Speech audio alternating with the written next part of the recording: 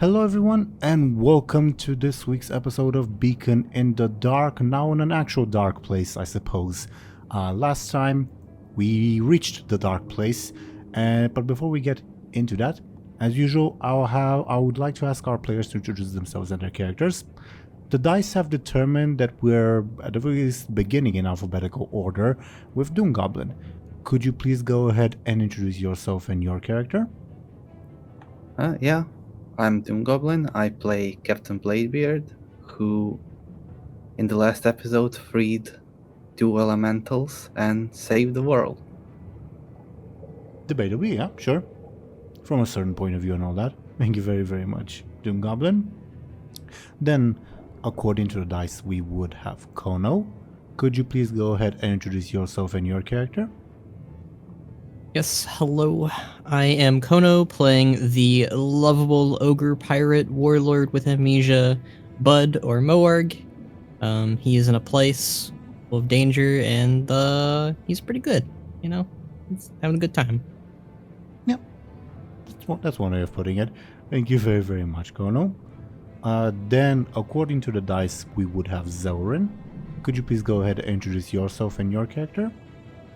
Good evening, everyone. My name is Zelryn. I play the Blood Elf Lyri Embersorrow, who is currently in this dark and devilish place 500 feet underwater, or however deep it is. I don't know my measurements very well.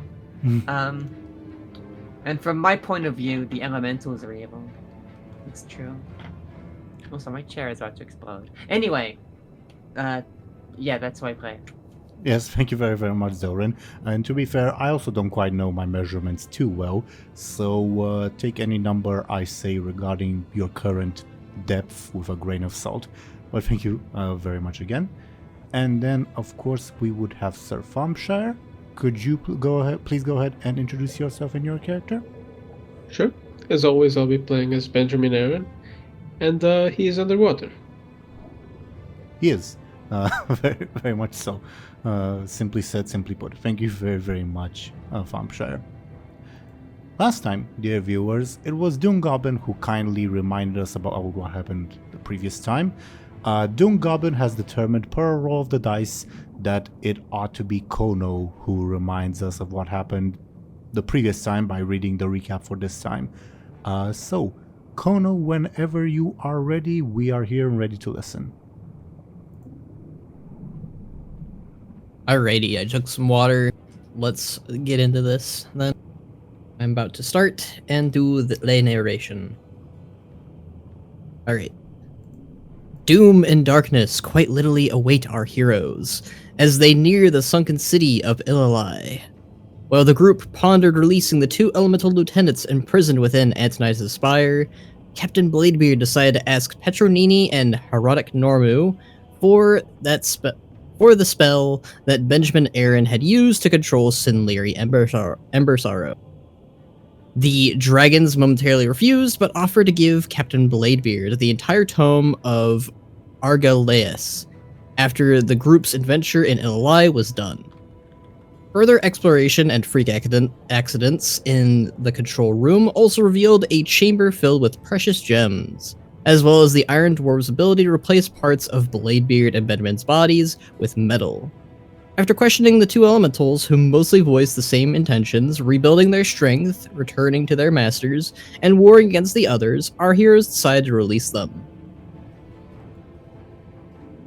Meanwhile, during her flight, Lyri stumbled across a lone ship heading towards Illali. She met an old Hortolan in the ship's crow's nest, and after deciding to meditate on her void powers, witnessed the crew sacrifice him in her honor. After investigating the ship and speaking to the crew, Lyri learned that these were followers of Hartep, who were heading to Illali in order to aid our hero there. More significantly, they mentioned that they cannot perform further sacrifices within the sunken temple, the sunken city itself, as that would empower something there. Immediately following the release of Crack, the Terrible, and Count Humidius, the timeline was reset once again. Our group found our group found itself returned to their original timeline, which also included the release of the elementals, the loot from the spire, and the interactions with the Iron Dwarves. The two dragons and Jody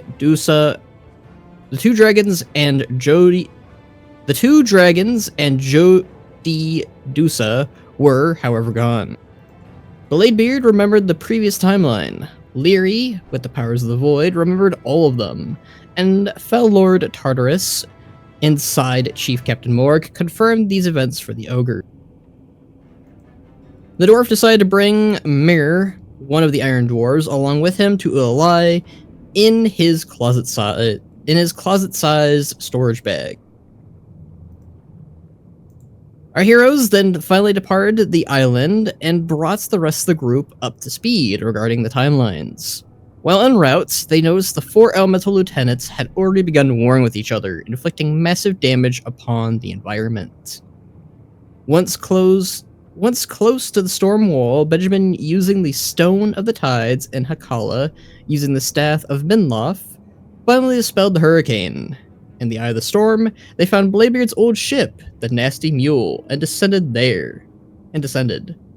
There, the dwarf immediately experienced a flashback of his first captain, Anchorbeard, and his death, when Anchorbeard jumped into the sea surrounding Ilalai. Our heroes then met the Nasty Mule's creepy tide sage, old Lucia, as well as a strange lich-like troll, accompanied by several skeletal warriors. The latter introduced itself as Magi, the 8th minion of Minloth. He explained that Bladebeard's crew, like our party, were honored guests of his master, and that for the moment that they cannot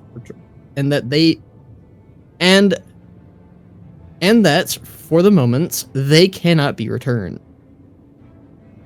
Magi asked the group for aid in gathering all 9 of Minloth's minions, whether willingly or simply by collecting their masks. This act, he said, would release the hold, the deep ones, the Kraken have over. Hold on. This act, he said, would release the hold deep ones, the Kraken, have over the city, bring proper rest to its people, and free Minloth from his prison, who would then offer the group great rewards. In the midst of the discussion, Benjamin and Kiragosa noticed that despite their appearance, these trolls were not undead. Instead, they seemed to be forcibly kept alive by some kind of void magic. The two also agreed with Lyria's previous feelings that killing anyone in the sunken city would be a bad idea. In the end, most of the group decided to head underwater, after Bladebeard and Moarg reminisced over their old ship and noticed that its masts were missing. Everyone, except Kiri, drank a green water-breathing potion provided by Magi and jumped into the sea. Indeed. Thank you very, very much, Banrak. That was a very good reading of the events of last time. So, I think, as I mentioned previously, there will be certain special game rules for Ilalai in general. First and foremost, as I sort of mentioned last time, because you have a bit of a deluge of NPCs following you, and doing traditional combat with so many NPCs would be a bit tedious, I have replaced that particular system just for Ilalai with this sort of companion system, in that whichever NPC you guys decide to bring with you will provide certain passive and or active abilities and buffs depending on whomever you bring. Also, as taking a bit of inspiration from, I guess, the Warlords of Draenor garrison system, you can say, for instance, there's a plot hook that leads you, let's say, to the Serpent Arena that you can see on screen, but you don't want to actually go there for whatever reason. You can just send some NPCs there, and I'll roll dice to see whether they succeed. This will mean, however, that whatever choices would happen there, they would be the ones that decide them, not you guys, since you guys are not there. Unless, of course, you have like any special instructions for them before you send them there. Of course, you do not have to actually engage with the sending people out to those places system. You can just go yourselves or ignore them altogether. Whatever works best for you guys. Also, a small little detail. Because you guys released the 4 elemental lieutenants and they are all very pissed off at each other because they're elementals, of course they're gonna war with each other. They will pretty much, as mentioned, wage war against each other with little regard for the environment and whatever consequences said war may incur. That said, you guys are currently underwater, so you're a bit insulated from many of the very obvious impacts that would be happening if you were on surface level. For instance, you're not gonna be buffeted by immense winds or slam into a wall of fire or whatever. So the effects perhaps will not be quite as dramatic as what's happening on the surface, but still noticeable enough, and they will definitely impact how roles happen during combat and perhaps certain other environmental storytelling bits. A question for, well, I guess I should mention, there will be a dominant party of these elemental wars, and that will reset every 8 hours as a different elemental lieutenant gains the upper hand. There's also the option that none of them gain the upper hand, and they sort of stalemate each other, meaning that there's no special effects on the environment at all. I guess my first question would be, should we roll to see which elemental lieutenant is dominant for these first 8 hours, or like right now, or should that happen a bit later? I have a very important lore question What's up? first.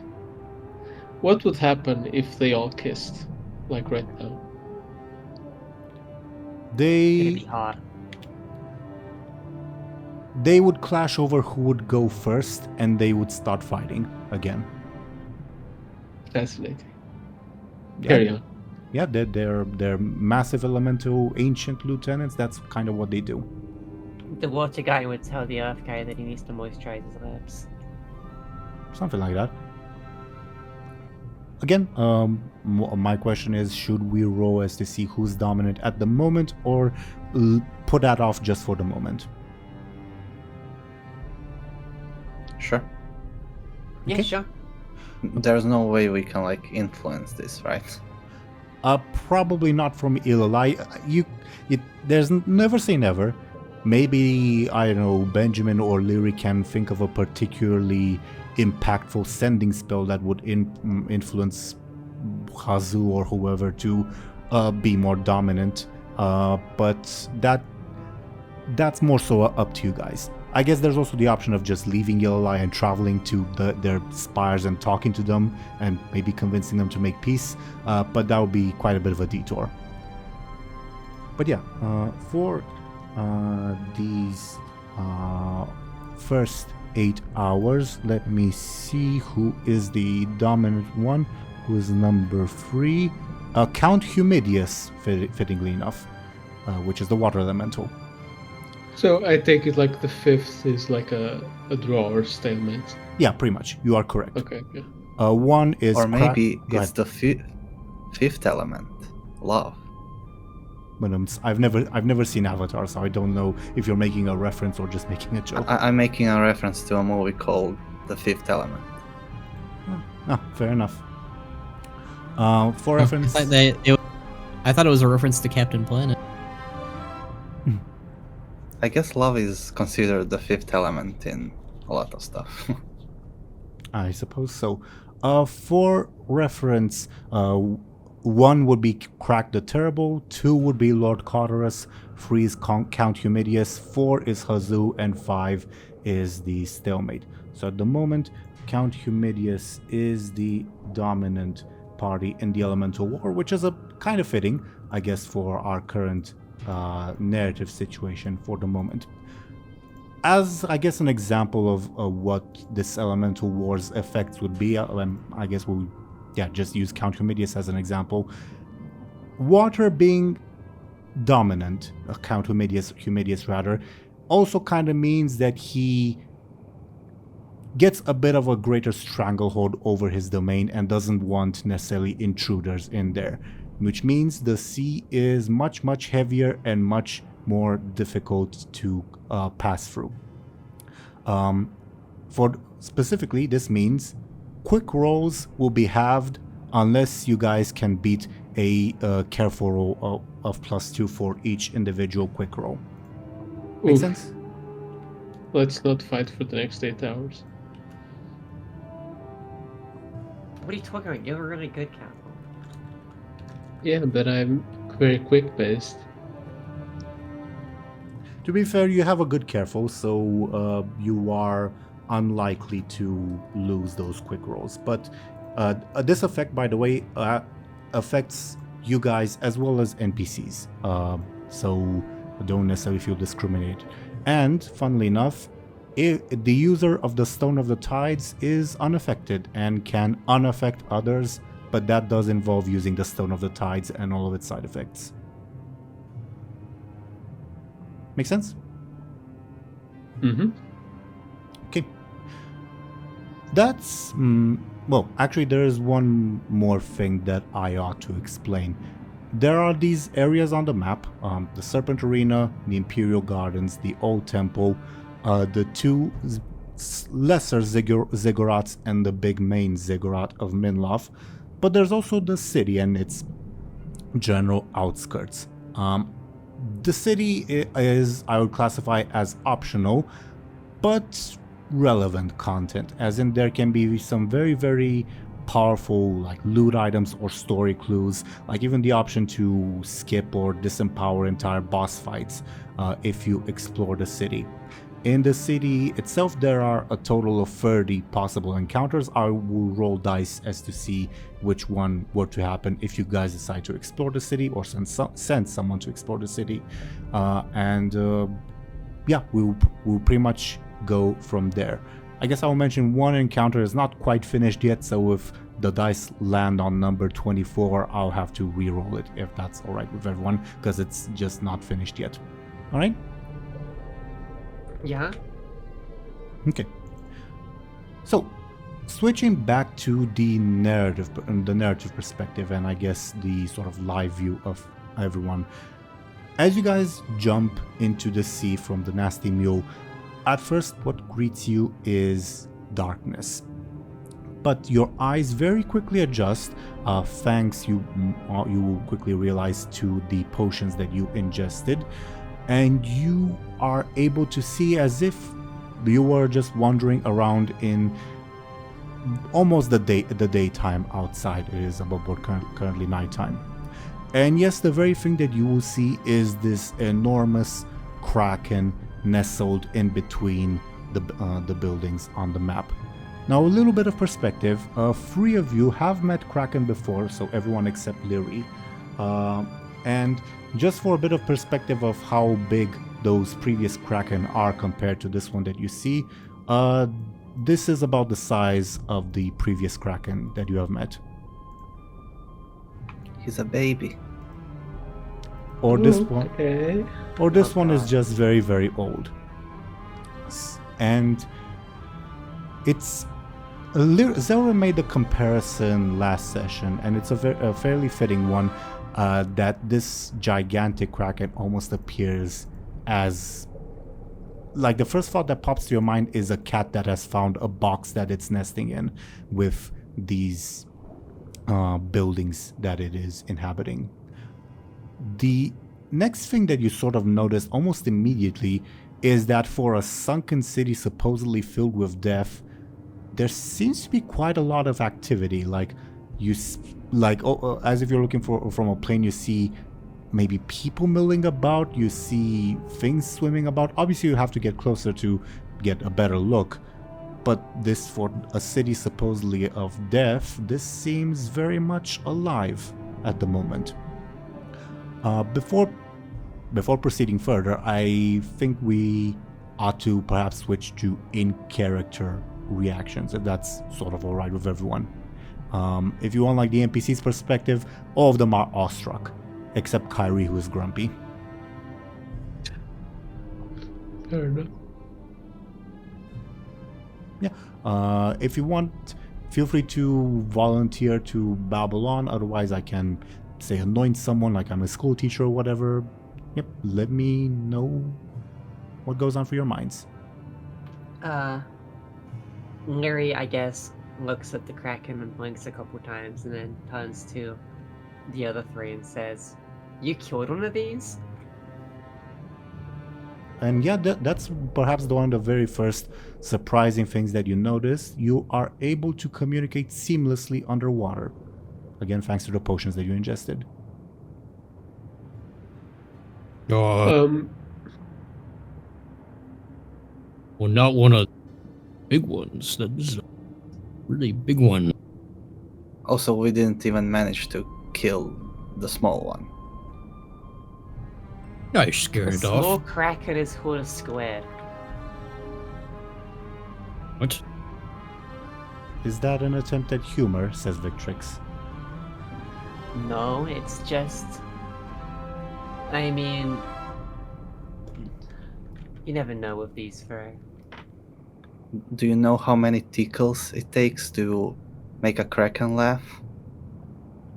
10 tickles.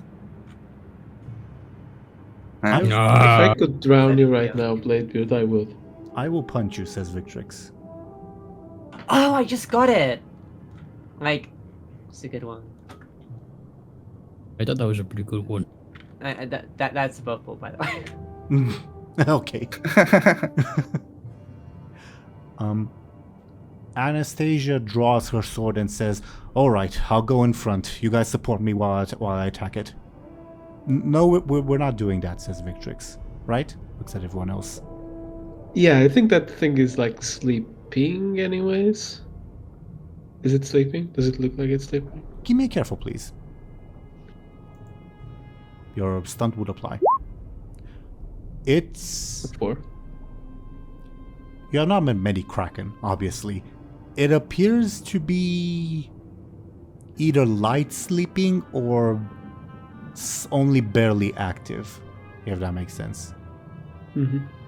Best not to Then get... that doesn't, Go ahead. yeah, doesn't really change what I said. Wait, can we... Does this thing have aspects that we can learn? Yeah. I'll try Let me once. let me first find its sheet so I can tell you its difficulty. All right?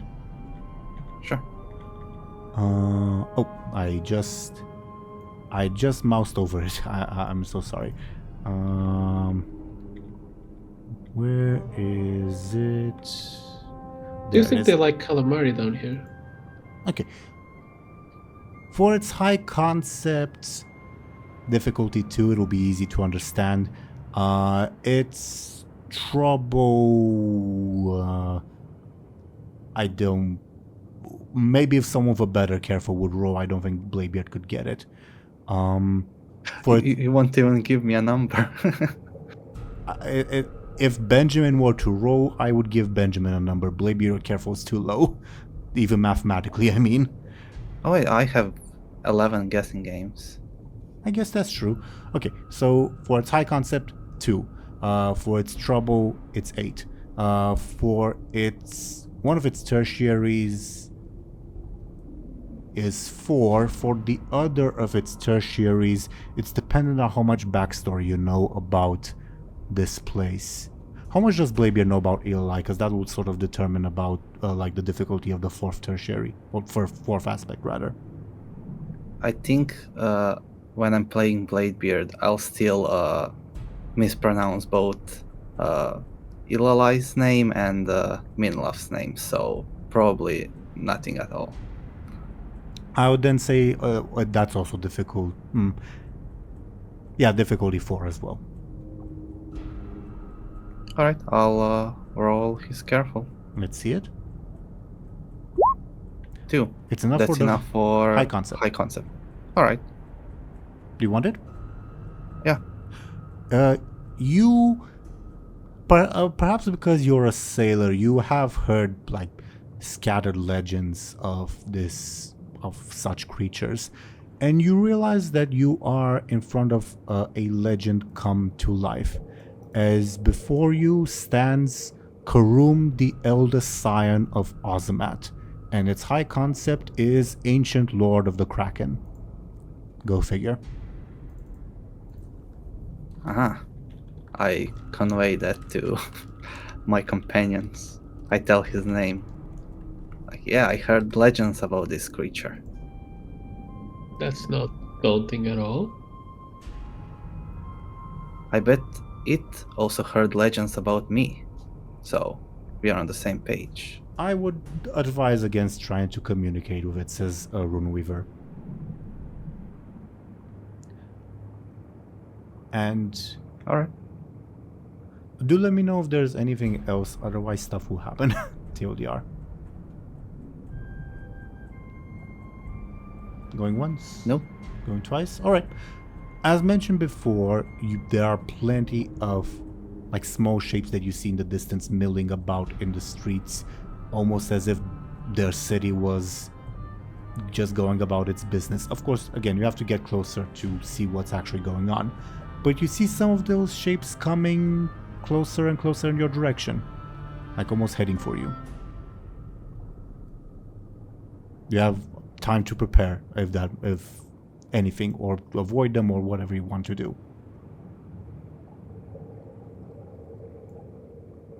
Guys? Points at the swimming things, or whatever they are. Feel free to give me Oh, careful. Go ahead. Yeah, I was gonna say Benjamin will try to like make out what they are specifically. Can I assist him? Of course you may. How? I use my knowledge of looking underwater. I can keep my eyes open underwater naturally, so I'm good at doing it. I don't know. Sure. Give me a roll, Thompshire, and do say out loud what you get, because I can't look at the thing at the moment. Sure. Oh, okay, again. I got a 4. A 4 with your stunt or without your stunt? Yeah, with the stunt. So 5. 5 with Lyri. Yeah. A 5 is, I think, sufficient, as the very first things that approach you are some of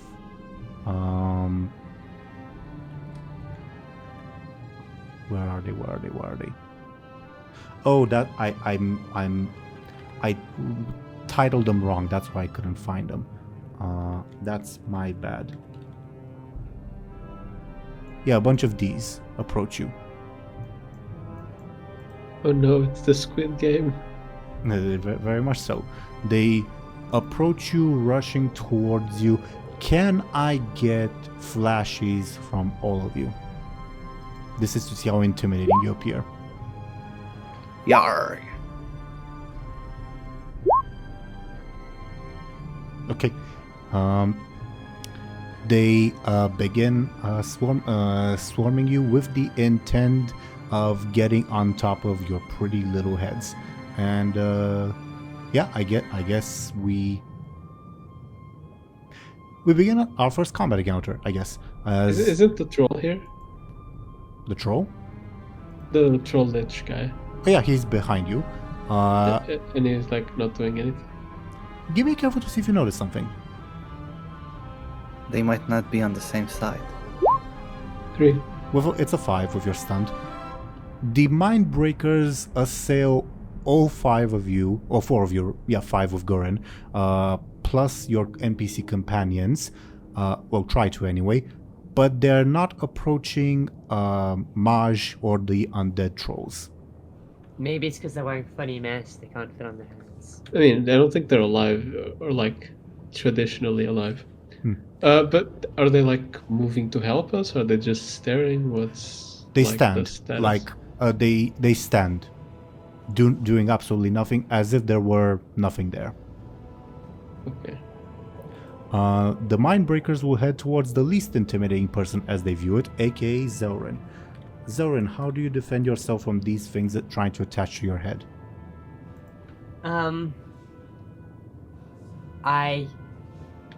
I guess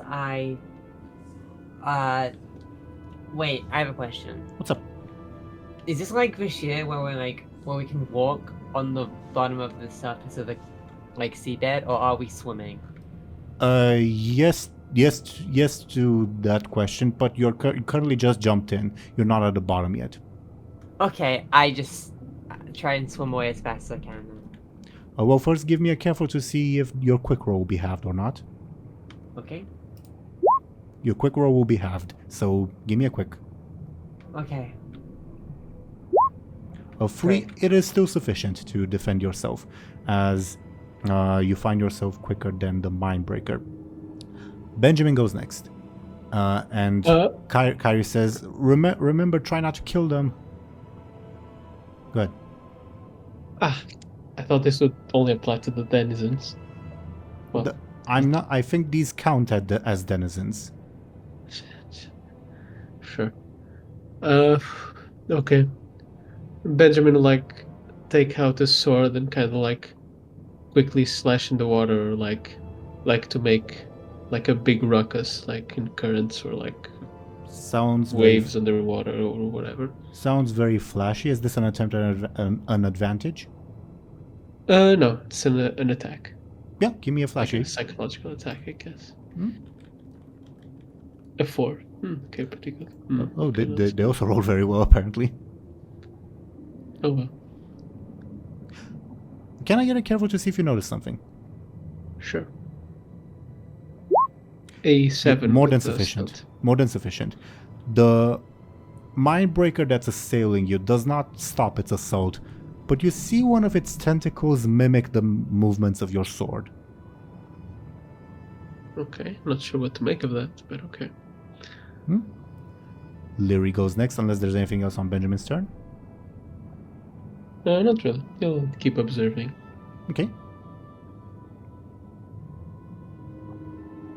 Zelryn, you are next in the initiative order. Okay. I will attempt to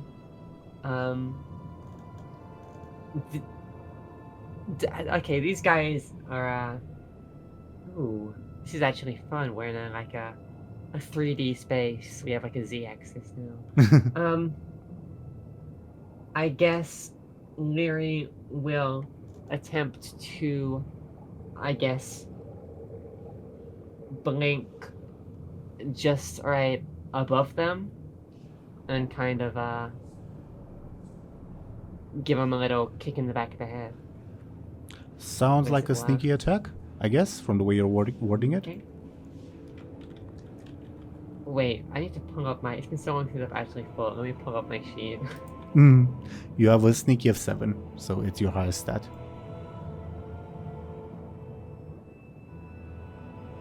Don't I have a stun for this as well, though? Let me just roll first. Well, you got an... well, let me see if you do have a stunt. Sneaky when attacking with... You said you blinked. You didn't say you void blinked, I guess. That's fair, that's fair. It's still 6 damage. Yeah, 6 to... Yeah. Do you intend to dispatch the creature you're attacking, or what's your intent? My intent is to knock it out. And you do so. You blink behind it and knock the one that is assailing you out. And because you got a very, very good roll, you may also knock out another one. Awesome, a space. I do the same thing. Which one? Like one? They're enough to assail the party plus your companions. I will, I guess, deal with the one that's near Benjamin, because he's kind of the brains. He needs to be able to formulate or whatever. Sure. Yeah, Benjamin. Lyri deals with hers first, and then. Can I do something first? It's her. It's like narratively, yeah, sure. Narratively, yeah. Benjamin would like trying to wave at the squid thing, see if it would wave back. Like just as Lyri goes to whack it on the head. It droops to the bottom of the sea as it is unconscious, along with the one attacking Lyri.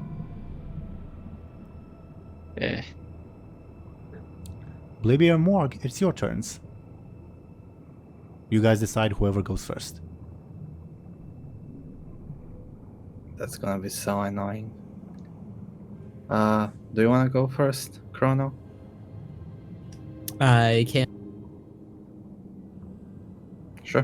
All right, Moarg would, I guess, try to like, what's the term? Basketball the thing by like dribbling it, like smacking it against the ground a few times. Well, I don't you're think there's ground yet. yeah, you're very high up still. You could because you just Well, jumped like down. grabbing it. Yeah. Aren't they still standing on something? No, you're in the sea. You're in the sea.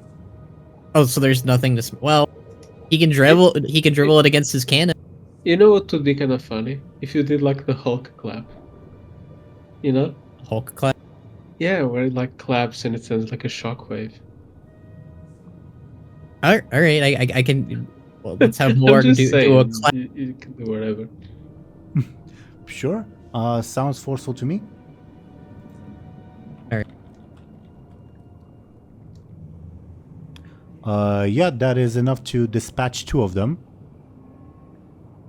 I'm assuming you dispatched the one that was attacking you, and which other one?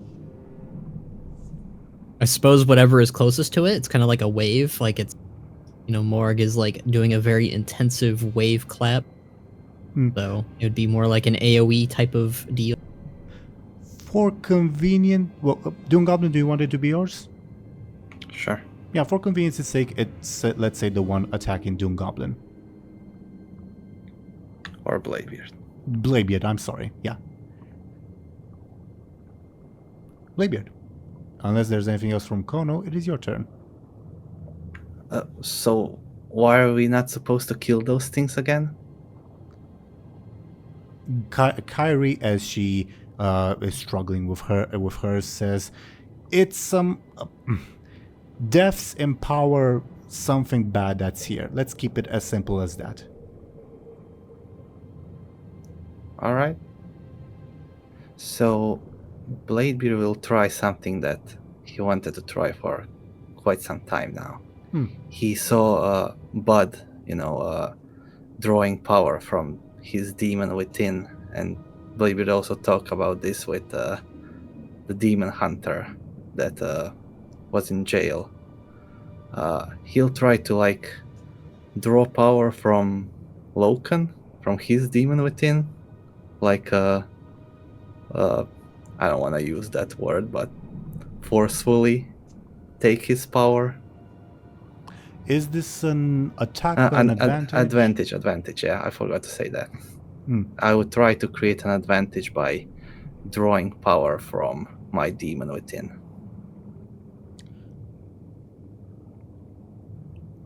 First, give me a clever. That will dictate the difficulty. If it's a good roll, the difficulty will be lower. Okay? All right. Okay. That's a 1. Is that okay? I would say it'll be difficulty 5 for your advantage. 5 for 1 advantage. Wait, You've what's never my forceful again? You've never done this before, and with your clever roll, I can kind of tell you as you attempt to pull that. The power, you perhaps are expecting powers related to your physical attributes, but the powers that you would pull will not so much help you with that. If only you were a magic person. Does that make sense? Yeah. You can still try, and you can still do it. It's just that the difficulty will be 5. All right. How about I use one of my birthday cakes to add +2 to that, so it's 3. Then the difficulty would be 3. Do you want to do that? Yeah. Okay. Birthday cake expended. I'll get the new ones next week. So yeah, I think is my math all right? I guess. It depends on if you want us to celebrate you next week or the time after that. Yeah. We'll see. We'll see. Probably next week. I'll roll my forceful. Yep. Aha. More than sufficient. You do gain 2 charges on it.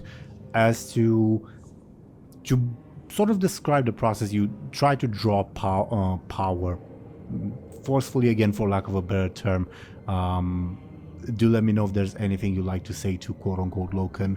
And as you do, you begin to feel energy flowing through you. You're not a very magic person, so it's hard to magic-y person, so it's hard to describe exactly what's going on.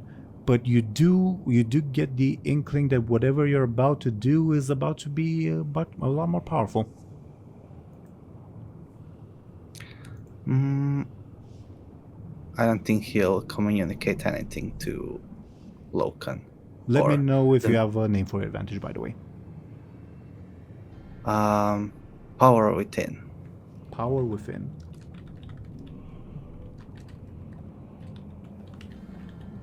And anything else on your turn? Nope, that's it. All right.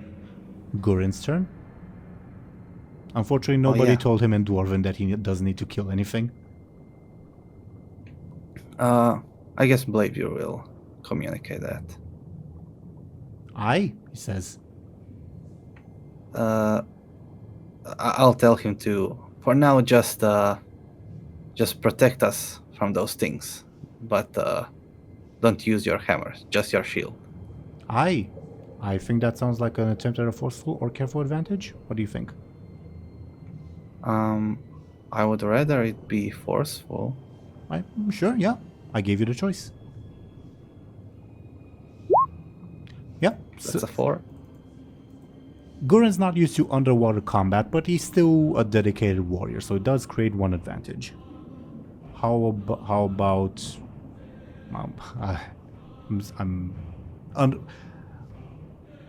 underwater combatant. I don't know. I'm stumbling over my words. Sure. Okay.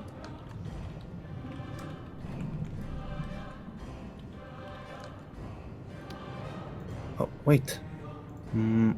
So far, nothing that we have done was part of the companions' bonuses. Benjamin did get a bonus to his flash that I forgot to include, but it would not have changed the result.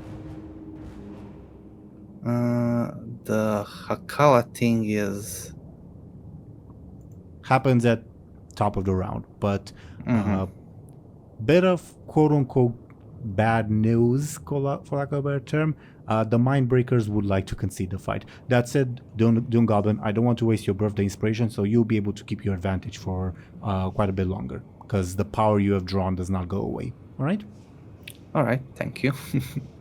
Bobot, I was planning on conceding the fight pretty much since like Lyri's turn. So it's not related to what you guys were to the Bladebeard advantage. Anyway, the Mindbreakers would like to concede any concessions you would like from them.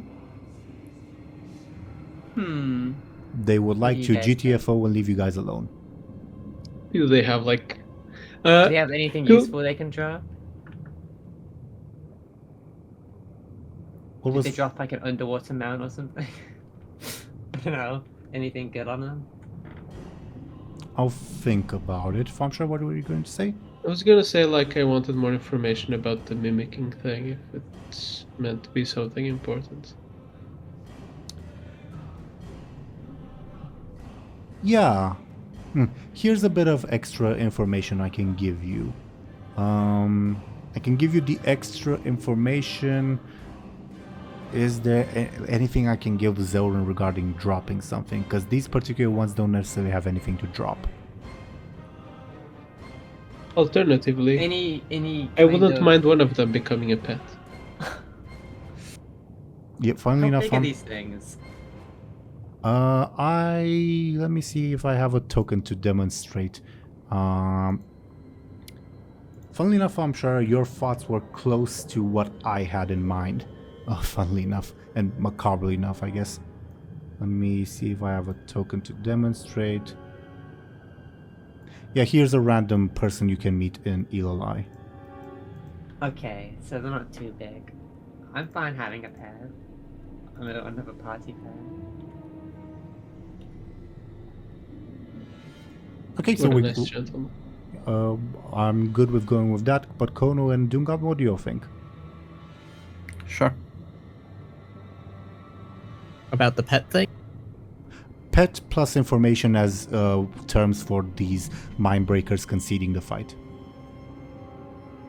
I don't know about Mindbreaker being a pet, but But we can call yeah. him sure. Lamar. It's like Half-Life 2. Come on.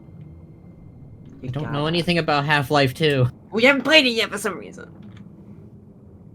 Because I'm playing new games.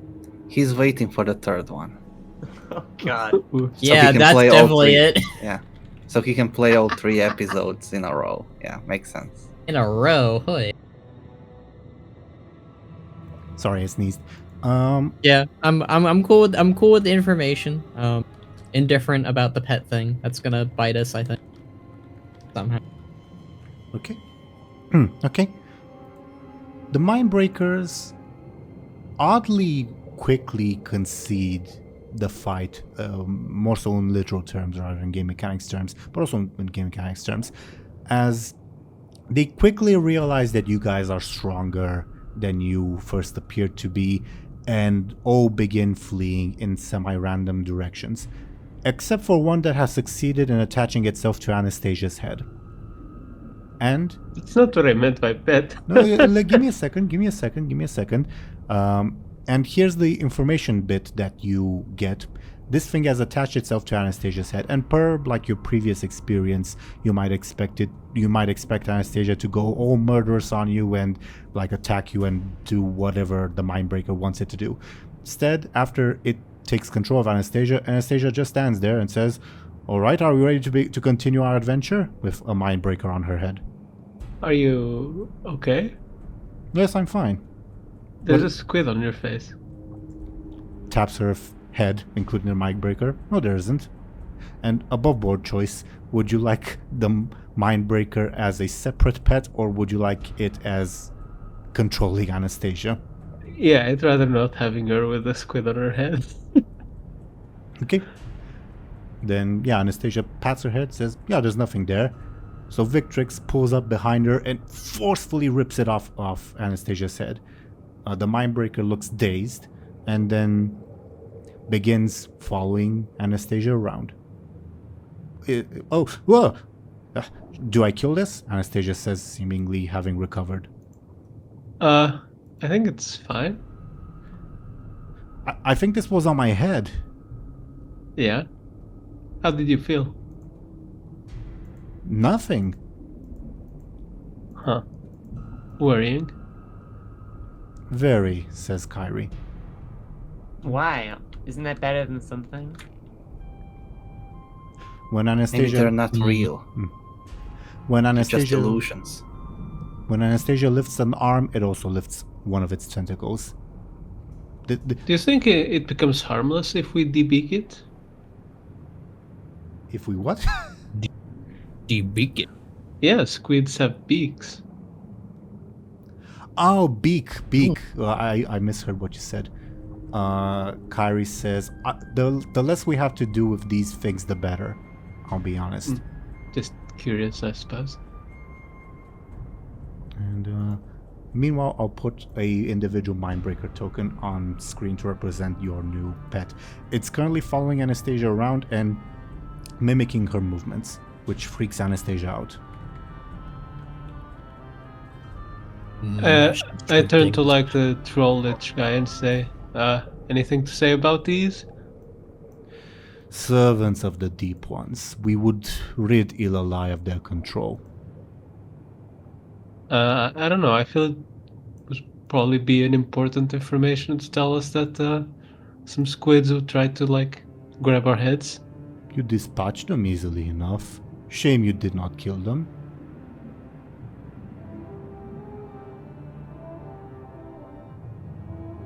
Why would you say that? Because they are Odd thing to say.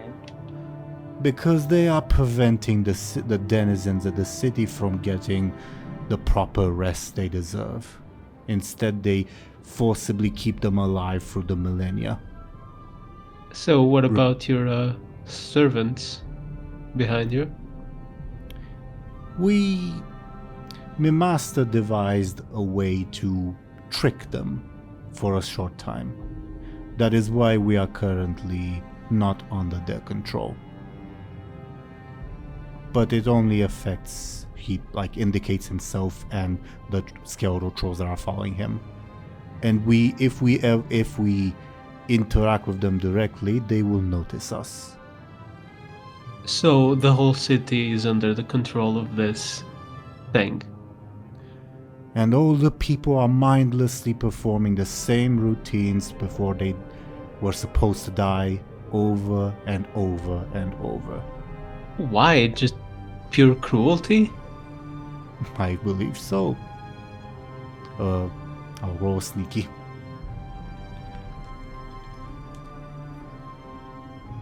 If anyone wants to... Do I need to roll a care? Yeah, If you since want I'm to, yeah. talking to him, it probably...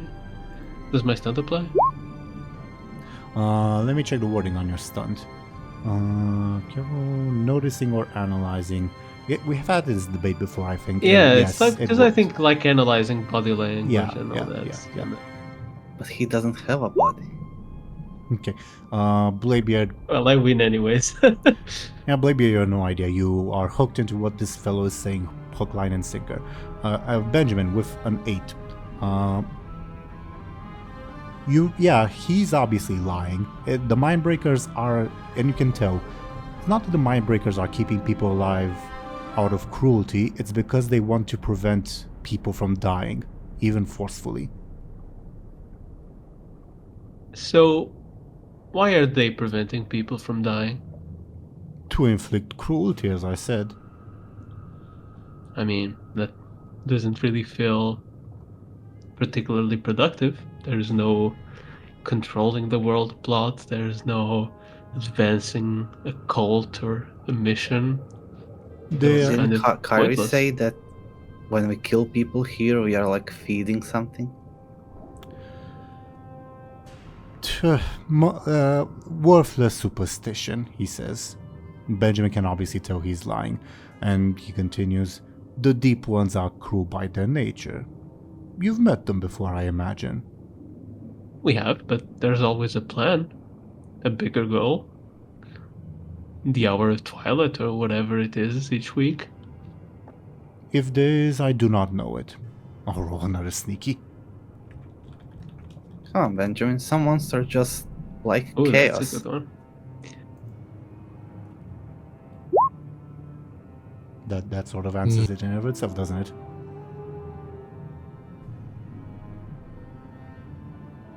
Hmm.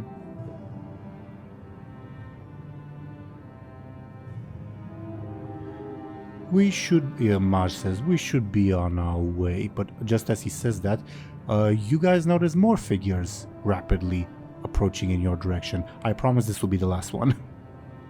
Fair enough. Can we get to another pet? As Anastasia frantically swims in circles trying to get away from the Mindbreaker as it just follows her. Victrix, get this thing away from me! I think it likes you. I don't like it. But meanwhile, as the other figures approach, you see some more not familiar. That would be the wrong term, but familiar in the sense that you've met these types of creatures before. As you see several of these things approaching. Just Are you kidding me? Just three of them. I'm not quite done yet. They are led by this individual that I am putting on screen. And they appear to be chasing something. And it's said something that is heading in your direction and thus drawing these Naga towards them. There appear to be 3 figures that I will put on screen. I'll put them here for the moment. This one. This one. As well as another guild goblin. This one. And the guild goblins are swimming in your direction frantically. The lead one, the purple one, says, "Help us, please!" And The 4 Naga are frantically swimming, trying to catch up with them. "Get back here, you slaves," says the armored one. But they freeze in their tracks when they see your group. The guild goblins try to swim almost behind you as to like for protection, for lack of a better term. The purple one says, "We saw. There was people coming from the ship. Thought it was a good time to escape." The girl one says, "Help us, please." Kyrie sighs in frustration. Anastasia draws her sword. "Fear not. I am Anastasia Dawnguard, daughter of Matricia Dawnguard," and she will continue with her titles until you interrupt me. And No, carry on. okay. "Daughter of Lady Matricia Dawnguard, the Lioness of House Dawnguard, Justicar of the Argent Crusade, apprentice to Caligos the Spellweaver, Vindicator of Icecrown, Paladin Stewardess of Magic, Master of the Blade of Ignis, Vanquisher of Ulduar, Explorer of Northrend, the Gatekeeper of Light's Hope, Guardian of Justice, Wielder of the Blue Flame, Slayer of the Elemental of Boar's Breath, Bringer of Hope, the Light of the Arcane, the Triumphant, the Bringer of Justice." All the while, the Mindbreaker was imitating her flashy movements with her hands. Yeah, I was going That's to adorable. ask that. Yeah. Hmm? That's cute. The Naga. Oh, Naga are Good. bad news. So, take them out. Or not kill them, take them out. Yeah, just whack them real hard. The Naga pause in their tracks. There's just 4 of them and there's a bunch of you. So, and the lead one of the armor says, "We want our property back, surface dwellers." Say something, Lyri. You're familiar with these guys. Fish? Yeah, wasn't like there a Norwich fish woman that was after you or something? Okay, you can have him. What? No. I'll just like smack Lyri like in the back of the head. "Help us, please," says the male orange guild goblin. We would never sell goblins to slavery, and never Nope, have. no sir. "These were already ours. They belong to the Black Veil. The who? My tribe, surface dweller." Are you Wait. pals with this big squid? What was Zelryn going to say? The same thing, basically. Just asking them their affiliation with the squid. Fair enough. Do you point at the Kraken or the Mindbreaker above board? The Kraken. I do not owe answers to a surface dweller. We just want our property back. We do not seek conflict.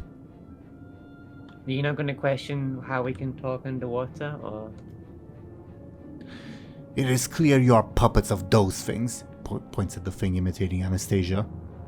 I don't see any strings. So wait. Interesting. So that means you don't like these squids, huh? Okay, we can be friends. You can have them back. No. I'll smack Lyri again. "No, please don't," says the purple guild goblin. Maybe we should give them to you. Or I give agree. you to them. Keep acting like that. Bad behavior, Lyri. Bad. You know, are fair wages really that hard? They would probably work better if you paid them a little bit. "We are short-handed enough as it is. There's barely a handful of us left. We need all the manpower we can get. Return them to us." Manpower for what? I do not answer questions from surface dwellers. I mean, you're clearly very desperate, so Give me a careful, maybe please. it's worth a shot. Give me a careful, please. Or clever. Yeah. I'll go ahead. Can you tell me what like the roll is about, so I can decide if I use something? with Intuit a hidden meaning. Intuiting a hidden meaning, rather. it? I'll use one of my guessing games to reroll then. Alright, give me a reroll.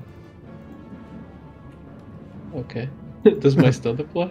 I guess it would. Then it's a 4. Your mind keeps going back to the we're short-handed bit, but I cannot tell you more. Then, does he reply to what I said? What did you say? Remind me. Like I said something like, "Oh, you're clearly desperate, so maybe it's worth a shot." A shot at what above board? Of like, telling us like, oh god, I don't remember what I asked him.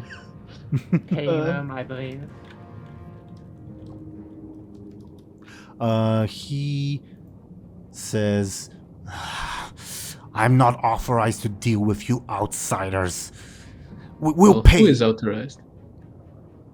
The sorceress, who else? And the And where is huntsmaster. she? We don't know, you stupid mortal. Then if you don't know, that's, the leader is whoever is like next in rank or whatever. The huntsmaster. Where is he? The Naga look at each other. The one of the like underlings says, I don't think they're going to help. No. Wait, didn't we know? Wait, did anyone tell Lyri about the sorceress that we had, or? Above board, that there are plenty of okay? sorceresses. No, but the Naga one. This conversation. Saja Majim. Oh, Yeah, Saja that Majin? one. Oh yeah, she screamed in your head if you remember. Oh yeah. She was quite erotic, Mhm. if I remember correctly. Oh, right. I could actually mention the Turpal to the Naga. What was her name Yeah. again? Saja The one in our Majin. crew? Yeah, you're gonna have to write that. I need to remember the precise way because there's a bunch of apostrophes. So give me a second. See, I remember. I typed it in chat. Oh, okay. No, but I think Thompshire is asking about one that joined us. Oh, Yeah, that's what I'm asking, but the one that joined the crew. Oh, you're Yeah. that one. Yeah, we are. Saja Majim is the blind one. Yeah. Give me a second. Dead one. Give me a second also for that. Helza. Much better name.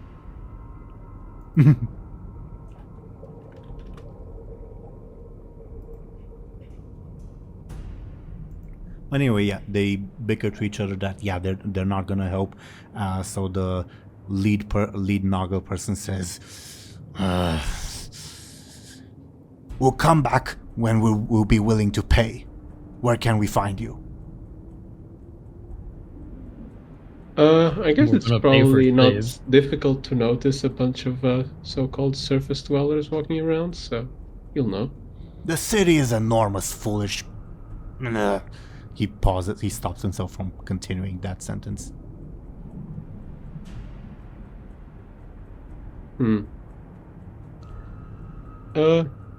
How about this? I'll get back to you tomorrow. You'll know, okay? I just need to know your name, I suppose. What is this? What is this supposed to mean? I can like send you a mind message. Before you stand, slave master Girazasham of the Black Veil. I'll type that in chat. Wait, you're a slave as well? Slave master, he said. You're a master slave. Do not tempt my wrath, surface dweller. And I'm sorry if this is a bit insensitive, but do you happen to know any Helza? I'll roll Girazasham's careful to see if he remembers anything like that. Sounds like a human name. No, very much a Naga. Do you know a Naga that's like a crab? Very big red crab? I do not answer questions from surface dwellers. You just did. But alright. They snarl, but they're obviously in very much numerical inferiority, so they're not gonna try anything. So they begin backing away. We will return. Okay. See ya. Yeah, and they swim away. Can I Go ahead. can I use my stunt to steal a trident from one of them? If you can think of a narrative way to do so, yeah, of course. Are they like really close to us?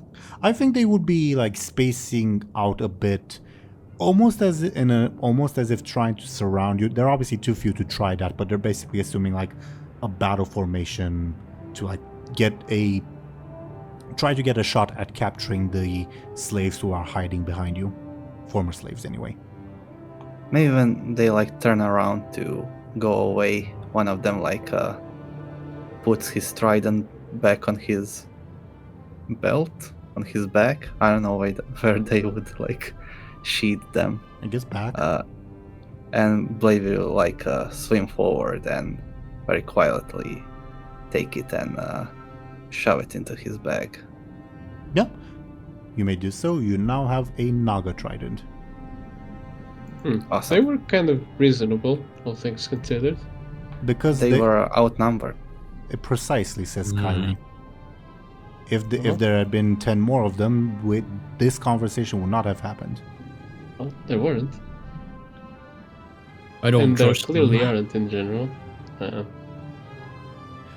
Thank you, says the purple gill goblin. We've been held there for weeks. We saw the ship come above, and we swam for it the first time, but they caught us the first time. But then we saw you figures emerge from the ship into the sea, so we tried our luck again. Thank you, says the purple one. Do you guys live nearby? We live on the bottom of the sea, wherever our journey takes us. We were in this big place filled with other Naga, says the pink male, but I think they had a falling out with the other Naga, and now they're here. What's the Naga politics? Like, what they fall in this, like, underwater situation thing? I think we've just been hanging out mostly. He points in the direction of this place, the what's labeled on the map, the Imperial Gardens. That's sort of where their base is. We hang out. They mostly hang out there. Sometimes they send expeditions into the city to scout. They almost never return. Expedition. So the city's unfriendly to them. Shrugs. Yeah. And apparently they have money to pay you guys, but it just didn't. It's horrible. And the female gill goblin says, "That's why we're gonna spend our time looting. Thanks for rescuing us, but well, there's a big." She points at a random, particularly tall building. There's a big thing over there. I'm sure there's plenty of gold inside. And Well, I should remind you that you just, mentioned that Naga go into the city and then never return. Just something to. Yeah, we'll be careful. Sure, you will. Thanks again. If you need us, well, yeah, bye. Good luck. Bye. We could have got more from those guys. I don't know what's wrong with you. Well, they are currently going away. They have not left entirely, but if you want to stop them, feel free to, or try to anyway. No, fine. They were slaves. I'm not gonna ask them for stuff. I think they really meant information, not like their stuff. And I don't think they have a lot of stuff. I only see their underwear or whatever. Well, I still think it's... Well, I guess they could ask for it. Not stuff.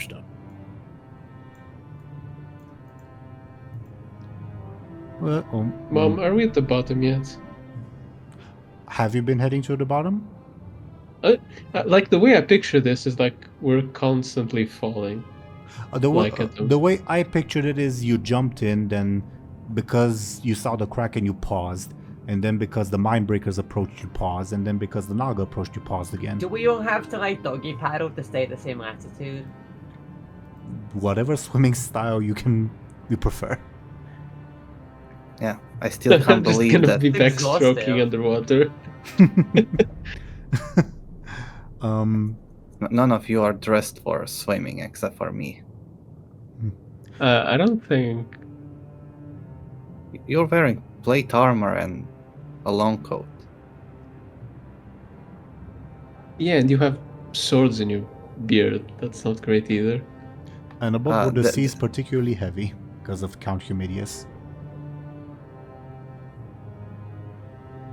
I keep my swords in my bag now, and I keep the bag in the beard.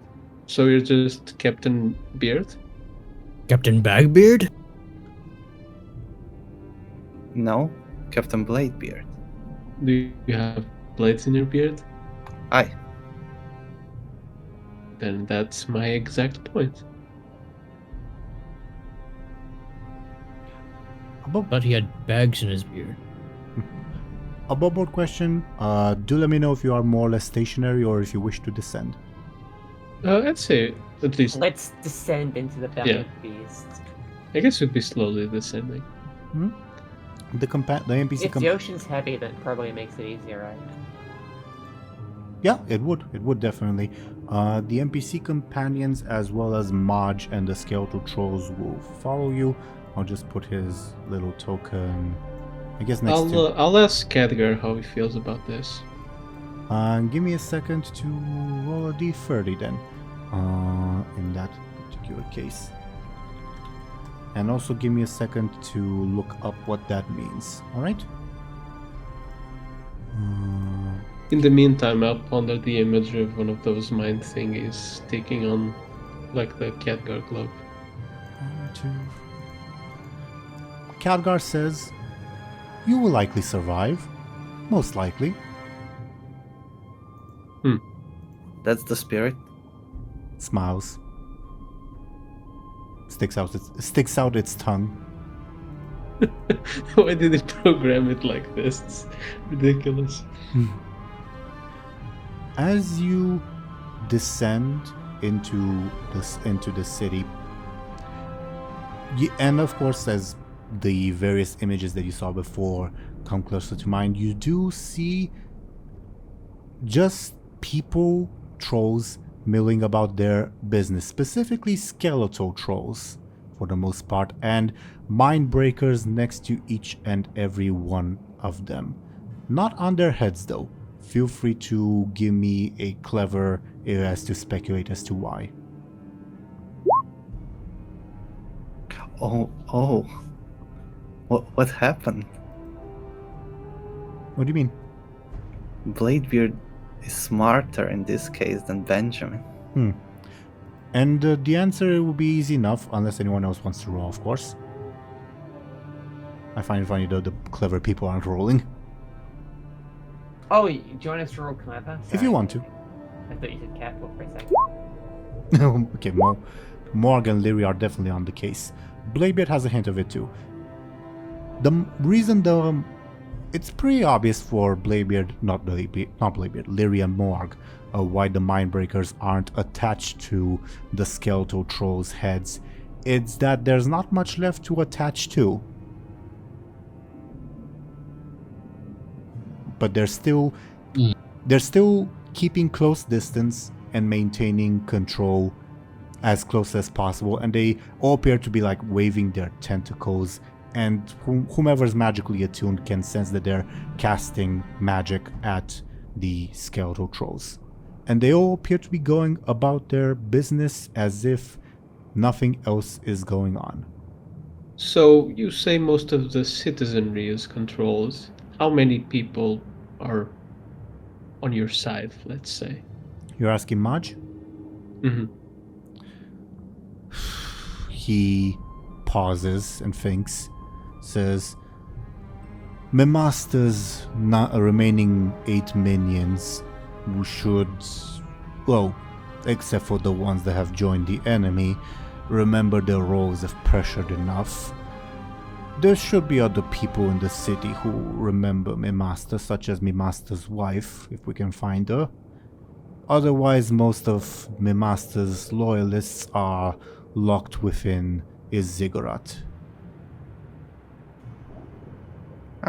Hekala, you have a grandmother here as well. "Be silent," she says.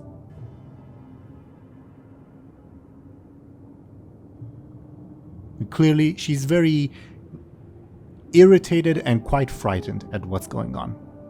That's why she's been very quiet. Runeweaver, meanwhile, has already wandered away a little bit from the group, just exploring nearby and taking notes. Should we just let him do that, or? Or he has plot armor. Not as much as he's not plot armor, but not plot immunity. Yeah.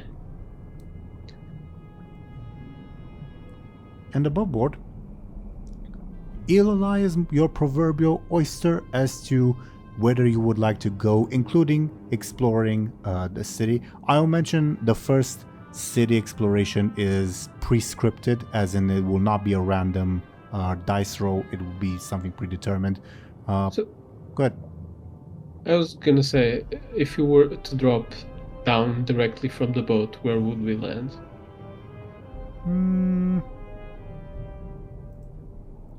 Here-ish. Do you see where I'm thinking? Yeah.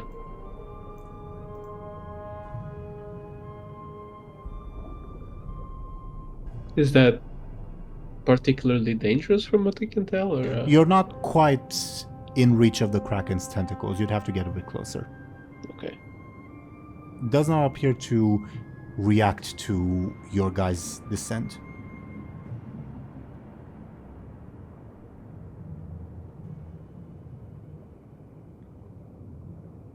So yeah, do let me know if you head to any of these particular places on the map. If you have any questions about like any environmental context or anything like that, of course I'm more than willing to answer. Or if you just, for the moment, just explore the city.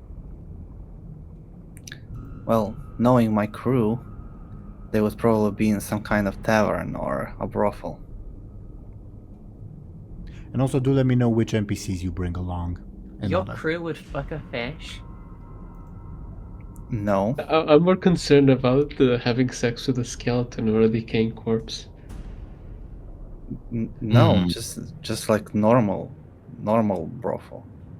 I don't think there's a normal brothel down here, Bladebeard.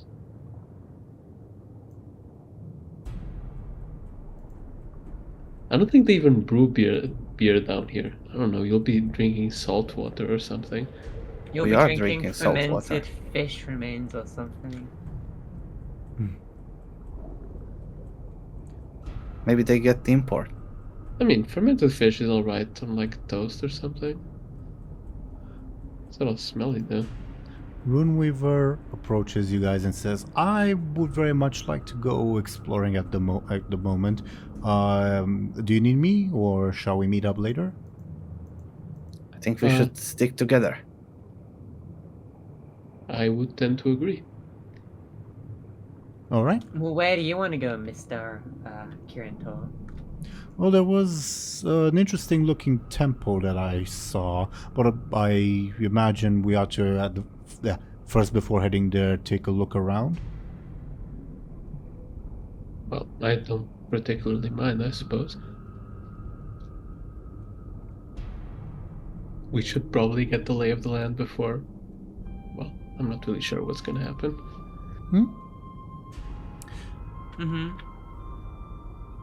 As you guys, well, feel free to interrupt me.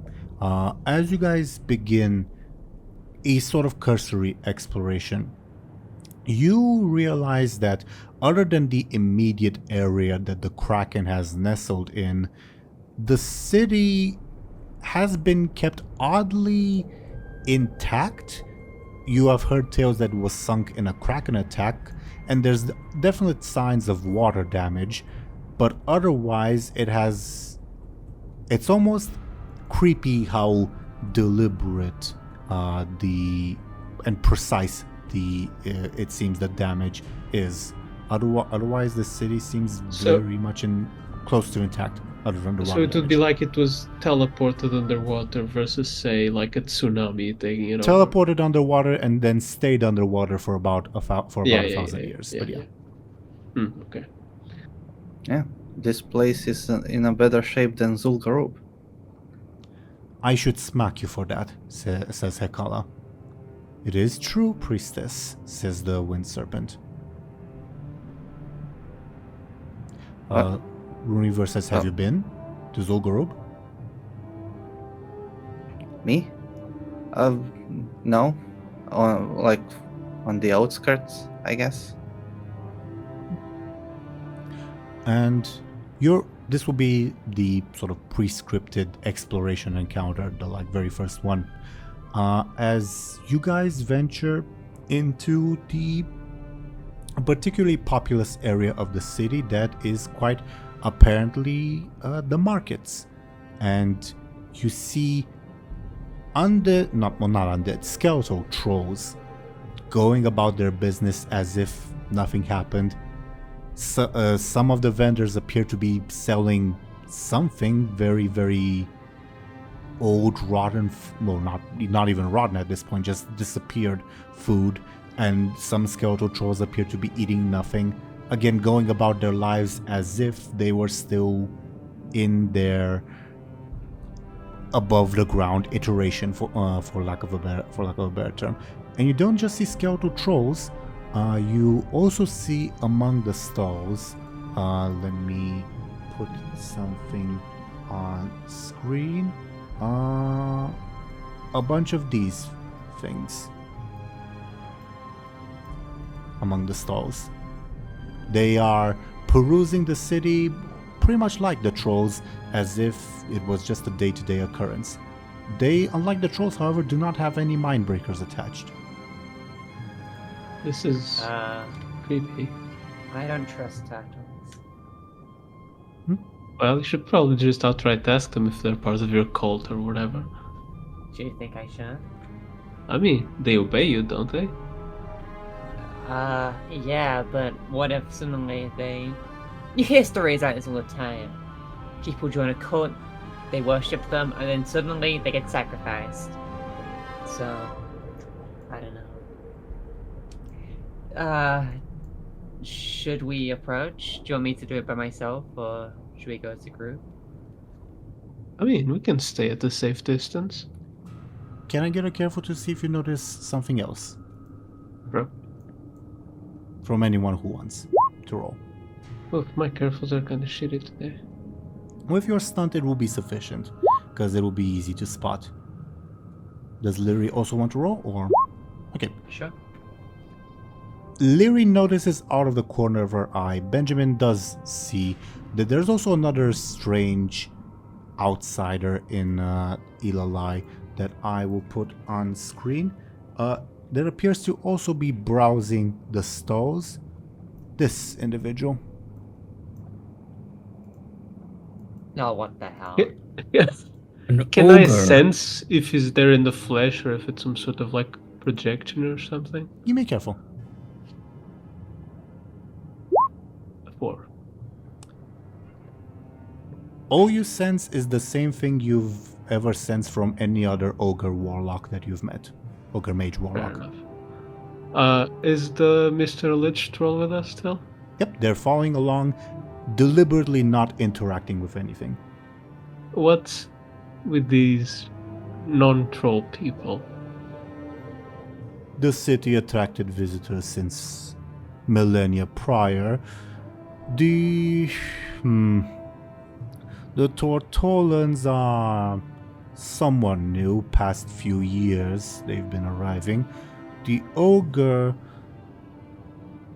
first thing, it's above board interesting that he knows the term ogre, but he'll continue.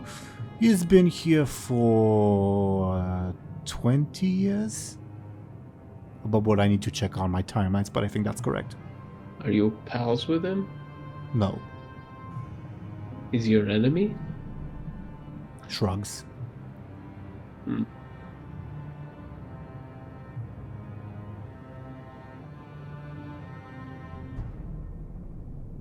Yep, the Tortolans are perusing the stalls. The ogre is as well.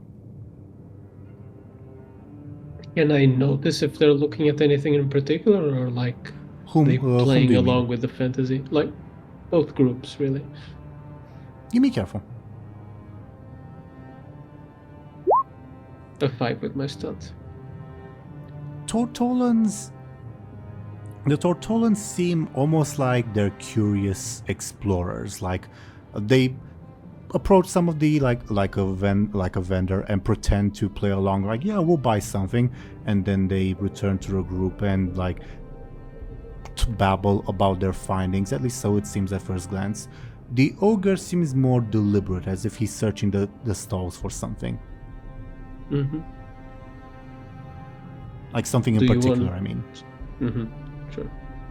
Do you want to go talk to your countryman, bud? Yeah, I can go talk to him.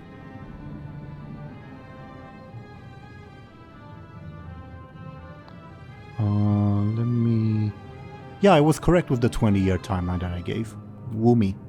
Hooray me. Yeah, I think that's like, I don't know, dark portal opening or something. Second war. What's that? 1 year later? 2 years later? Like 5 years later. Really? That's timeline is a little tighter. Yeah. Let me know if you approach any of them. Yeah, I mean, Moarg would go over, I guess, to the two-headed ogre to inquire. You approach the two-headed ogre, who is very, very surprised by your approach and says, the head on the left says, "Did Darkseer send you?" And the head on the right says, No, brother dear. He's just come to gape and be a deer." That didn't quite rhyme, did it? Oh no, I send myself. No. "I am Sakrum," says the one on the left. "Well, I am Sa, and I am Krum. Yes. I am Moarg. The head on the right, like, seems to narrow its eye and like look you up and down, and says, "Are you Moarg or are you Bud? Are you Bud or are you Moarg? Questions. I guess I'm both, technically. I go by one, sometimes I use the other, but, Or are you Tartarus?" Yes, brother. That, I believe this one is Tartarus. Ignore him. no, that's just the demon I ate one time. It's complicated, but it's nothing really.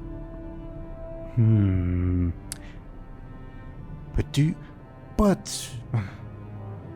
no. It's Morg. It's Morg. No, it's Bud. It's Bud. No, it's Morg. It's Bud. Shut up, says the other head.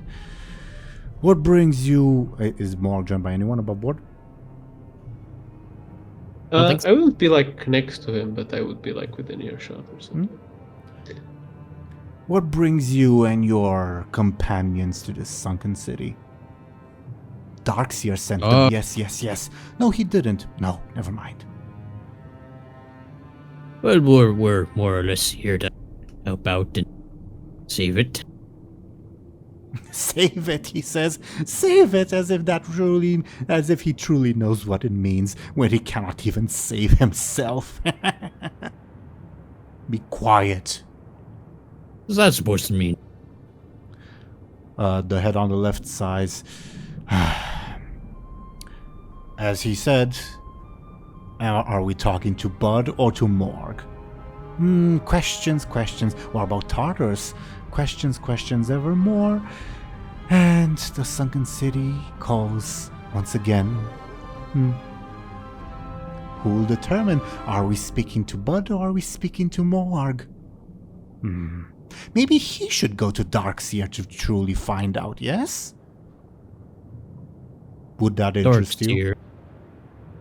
Who are the Darkseer? Our maker? No, not quite.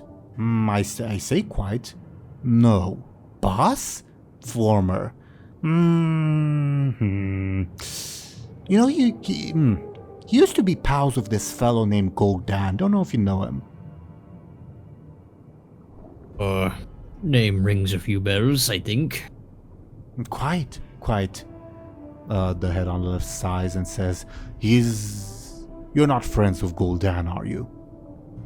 No, if he doesn't know Darkseer, of course he doesn't know Gul'dan. Silly brother. Looks at you. Where are these Darkseer people? Around there, somewhere, points in a general direction. Do you seek them, or do you want to seek them out? Find out if we are to speak to Bud or to Morg, or both? Yes, both is an option. Yes. I don't think I understand, but I'm curious.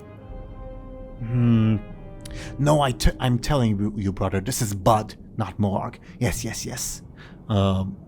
The more sane head shakes its head, and the insane head continues. Look. He hasn't once threatened us with ripping our heads apart, has he? The old Morg would have done that, surely. Morg would scratch his head and lost in thought. Yes, this is Bud, not Morg that we're speaking to. Questions, but I do sense that there's a Morg inside, ever eager to emerge. Where's that Bud? Difficult to tell. It's not polite to speak so intimately about the ones in front of us, brother. No, but it gets results, doesn't it? So the Darkseer are somewhere here, and they have answers. Yes. They may pull the answers out of you against your will, but they will be answers nevertheless. Doesn't sound as fun. I'm sure if you speak to him, Darkseer will be amenable to helping you find if you are truly Bud or Morg. Or both. Yes, quite likely to be both. And what is that ugly thing behind you? He points at Maj, the lich-like thing. Oh, that's like our guide. One of the thralls of death. And Maj would reply, says the deluded tool of the void. Yes. We are tools of the void, as are you, points at the group. We are all tools of the void in the end. Be quiet, brother. Yes, you're right. Darkseer is not a tool of the void, he's just an idiot. I thought you said he could help me. Oh yes, he could. Doesn't mean he's not an idiot, though. So he's your maker, but an idiot. He's not our maker. Oh, yes, he is. He pulled Krum from Sa and Sa from Krum and gave us Sakrum, did he not? And he could pull Morg from Bud and Bud from Morg and give us Budark? Mobud? Tartarus. It will give us Tartarus, yes. Are you saying he can get rid of Tartarus? Left head, the sane head says no, the insane head says yes. Would be helpful. As to that you're number 8, aren't you? The 8th troll, the thrall of death, aren't you? First came Limbo, the explorer that strode, halted at the entrance of the traveler's abode. Then came Lust, ever the fleeting, claimed by the gardens and missed the meeting. Gluttony stood by Minloth's side, alongside greed they would not hide, yet trapped they were, deferred by riches, while the fourth hid his own mind in riches. Wrath drove out, mistaking the greater threat, and in the temple carved a bloody debt. Heresy engineered the serpent's fall, driving the others away. He stands by the Deep One's throne. True to nature, violence was deceived, planning a celebration, only the arena does he heed. Fraud, the 8th, he points at Maj, travels freely to deceive. The serpent he obeys, not other would give him leave. And treachery the ninth by the sixth deluded, rules menacingly where the deep one's secluded. And if you want, I can paste that on screen. Please do. Bladebeard And on just says, Discord "What?" maybe too. I'll post it in both the Discord and the screen. Can you repeat that? Once the telling is good enough, little creature. I'll put it more here to the side, if that's alright with everyone. It will not show up for the viewers, unfortunately, because there's only so much I can show on screen, but I'll have it play, like, show on screen, just not in the game screen for the viewers. Mm-hmm.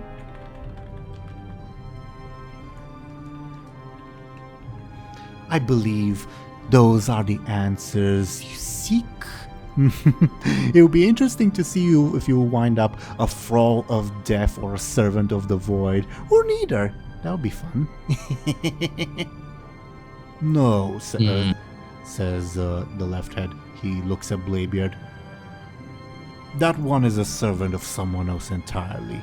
Isn't that true, little dwarf? Nope. I am a free man. Free, ever running free. And perhaps you'll turn into a tree. That rhymed, brother, that rhymed. Yes. It was nonsensical.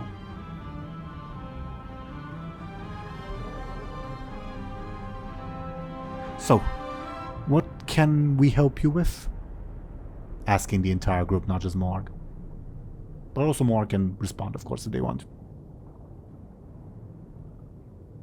Well, you gave me kind of a direction. Yes. Darkseer can pull Bud from Morg and Morg from Bud. Well, I'll skip to the obvious. What's an ogre doing underwater? That's rude, Benjamin. The deep one's cold. Oh, Darkseer the fool did not see it coming. Oh, he was carrying a runestone, you know, one of those elven runestone things. One of her peoples, points at Lyri. But well, when he was around here, we heard the deep one's call, and well, we kind of maybe sort of sunk the submarine. Don't tell Darkseer that. You babble a lot, brother. A very troubled relationship, I see. Yeah. He's a very troubled orc. Orc? Orc. A pal of Gul'dan, didn't I say that? No, I think I said that. No, I said that. Oh, right. I thought he was referring to the other head. Never mind. You mentioned both Gul'dan and Troll. Those are both orcs. Is there, like, our horde here as well? Is Darkseer serving the horde or not? No, he's mostly serving himself. Now the deep ones at this point, yes. He has one of those on his head, he points at a mindbreaker. So he serves the deep ones indirectly, I suppose. And the more rational heads will say, well, depends. Is Gul'dan in charge of the horde by this point or not? Well, he's I don't dead. think so. He's dead. I always knew he had it coming. Did Cho'Gall do it? No. Tell me. Was it Doomhammer? Yes. Would we know? Yeah, how widespread is... How widespread I think no is it? one knows. I think no one would know, really. No, I think it is information that is known, because the fact that like Doomhammer had to send forces to kill Gul'dan would be well known within the orcs of the Horde, and they probably would have told other people in like the internment camps and such. Sure. But they would share the information that they didn't find him and didn't kill him. Yeah, did they come across his body? Because he was like really deep into the temple. Yeah, they did not. In the Tides of Darkness novel, they like saw Gul'dan and others like scuttle into the tomb of Sargeras, and they heard like screams of agony, and they sort of, okay, that he's probably dead. Let's just leave. Well, I think he got mauled by demons. I told you, brother. I told you the dream I had was true. Yes, yes, yes. Where the rock in the ocean is, where that one, points at Lyri, will fulfill her destiny. Yes. You speak too much, brother. Besides, that is not for our role to play. Quite. No, I think you don't speak enough. Could you perhaps elaborate on the rock in the ocean? Oh, Gul'dan dug and dug and dug to lift up the dirt, to make some islands and raise up the tomb. He dug a bit too deep, though. Catch my meaning? Does she catch my meaning? I don't think she does, brother. So, under the place Gul'dan dug is the rock in the ocean. Kind of next to it, really. Like a few hundred meters southeast, not in the tomb itself. At least that's what our dream told us. Yes. Wait, but that's on Broken Isles, not here. Is that what they call them? What a beautiful name. Wait, do we know where we do know that the ship went to the Broken Isles, right? The clones, Yeah, with the clones. Yeah. Does it... Wait. Ogre. I have a name. We have a name. I am Krum and he is Sa. We are Sacrum. Yeah, whatever you say, Simulacrum. Listen, so, does the me that touches the stone have to be me?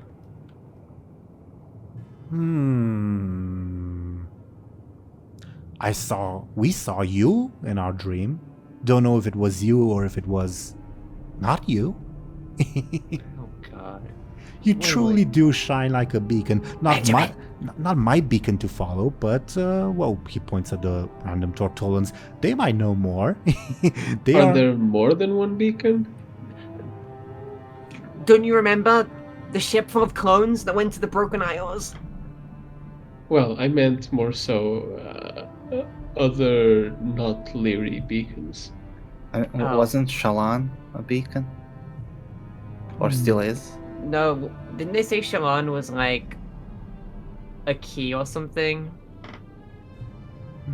It is not our prophecy to chase, says the ogre. Our prophecy lies in there. He points at the pyramid that's pretty much behind him, the one on the left. And if we make it, and if we fulfill our duty, in there, he points at the big ziggurat of Menlof. Duty. Well, what if all this disappeared? What's next for you? The dream does not say. The outcome is uncertain. All I know is that you all have a part to play. Yes, yes. And we will follow wherever our road needs next.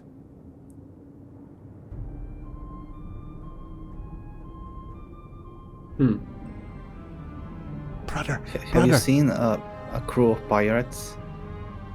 Probably led by a human and a Tuskar. No. But I did see another of your kind. Points at Bladebeard. Had an anchor in his beard. Dropped it at one point, though. Aha! Anchorbeard. Is that his name? That's hilarious. Wait, he died more than 20 years ago. You probably saw some other guy. Quite. Definitely had an anchor in his beard. And he did drop it at one point. He was constantly... We ran across him many times. He was playing with seashells. Maybe he was selling seashells on a seashore. That's a good one. That's a good one, brother.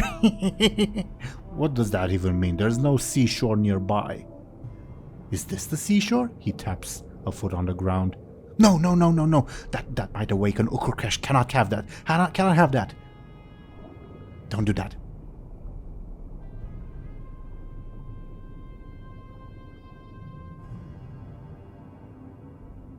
Stares awkwardly.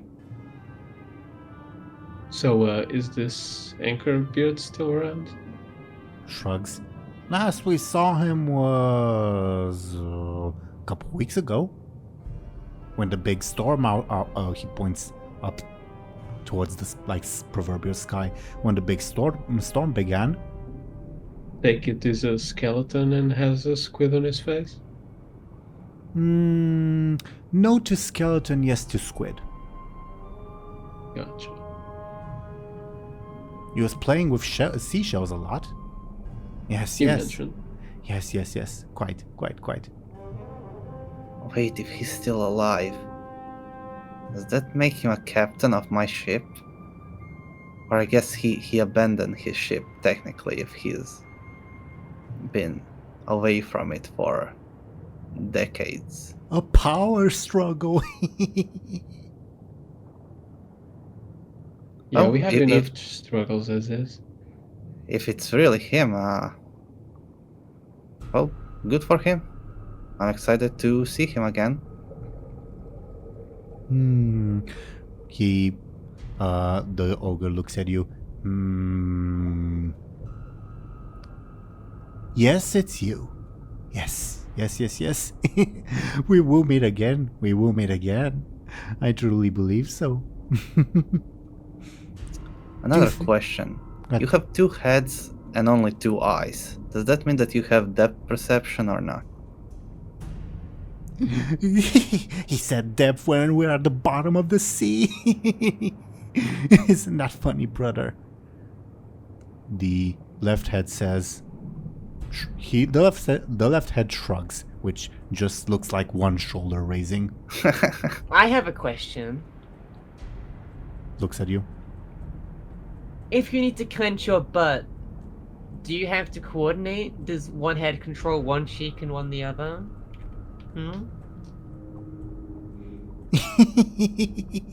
She's vulgar. It's just a question. I'm bored of this. Oh yeah. Rest assured, we will meet again. We'll probably kill each other then. I rhymed this time, brother. I rhymed. And the left. Benjamin, can we talk to the turtles? You go on ahead. Okay, I guess while you guys are wrapping up talking to the ogre, Lyri will approach the turtles. I'll go with Lyri. Of the NPC, well, Runeweaver is browsing the stalls. Kyrie is listening in from a distance. Victrix looks undecided on whether she should attack the ogre or not. Hekala goes with Benjamin. As to whom, well, do let me know if there's anything else you want to talk to the ogre. Otherwise, we ought to go to Lyri's POV. But it was Yeah, that's good talking to you. Yes. This might be our last chance to talk before we have to kill each other. Tell Darkseer I said hello if you find him. Do not go babbling about our plans, if you will, brother. No, even I'm smart enough for that. But we will meet again. Why not kill us right now? Because you have not begun your journey yet. We will fight over the Watcher's control, and we will determine the fate of this city. Perhaps the deep one will finally have his due, or if you think the big one is the deep one, you have not seen anything yet.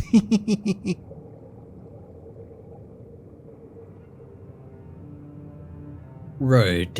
Fifth Alcove. Okay. Was nice meeting you, Moarg. Or was it Bud? Budarg. Mobud. Tartarus. You. I'm talking to you. Yes. Again, tell Darkseer I said hello. Yes. And you, Benjamin Aaran. And you, oh, they're gone. And your hangers on. All of them. What? All right.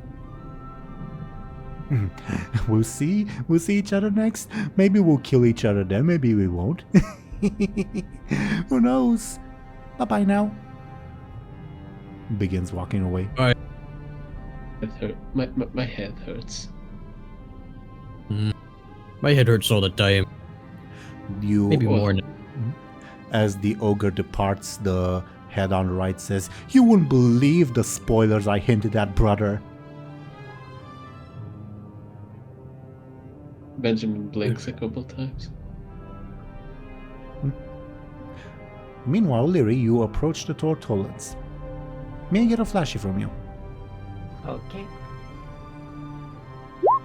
2. I came with her. I remembered.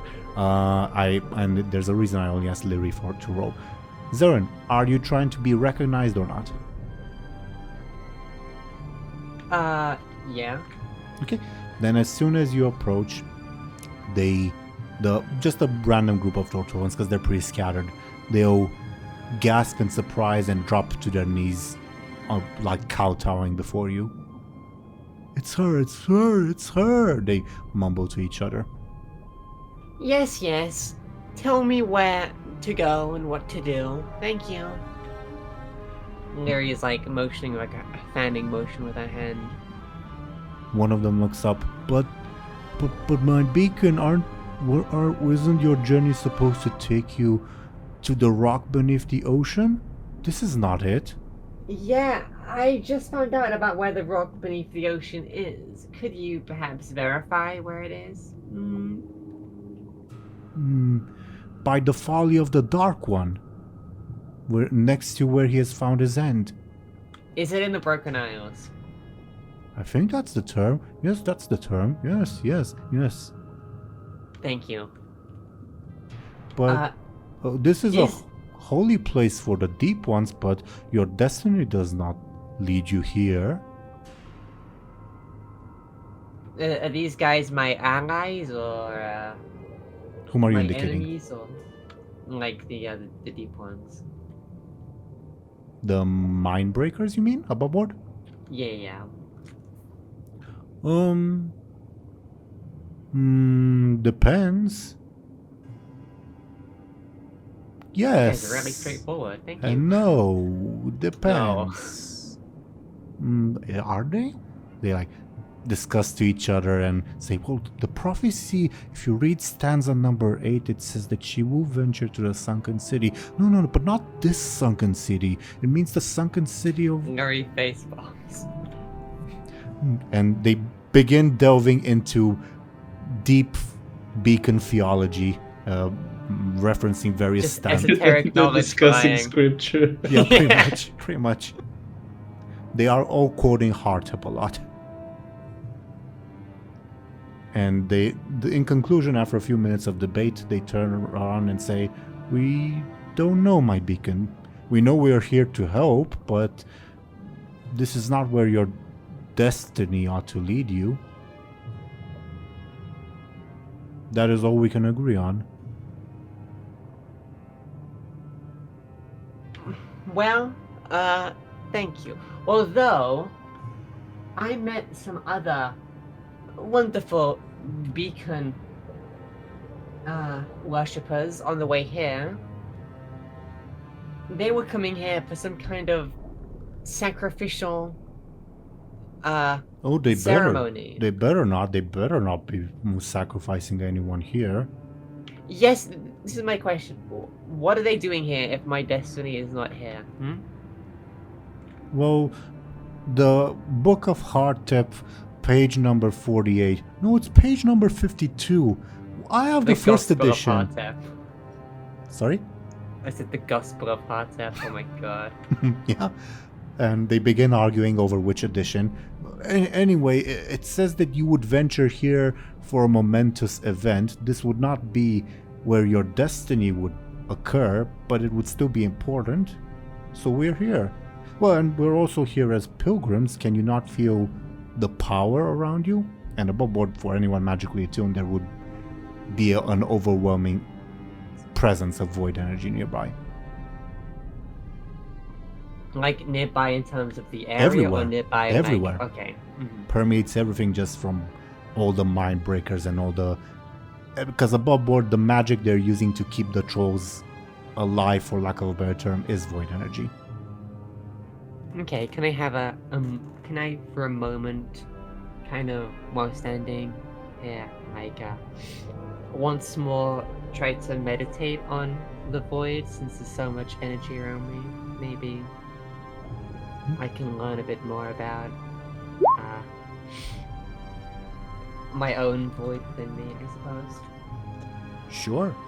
To briefly describe the scene above you, or not above you, around you, when you perhaps sit down to meditate, all the Tortolans stare in awe and begin bowing before you. Well, all those nearby, obviously. Bladebeard is free to do whatever he wants in this circumstance.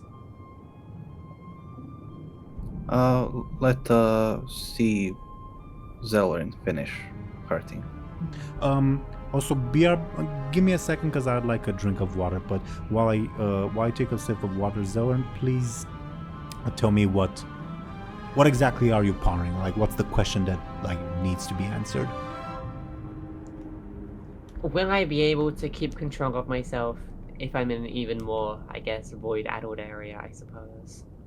Like, I'm trying to, I guess, you know when divers go down, they have to, like, adjust to the pressure?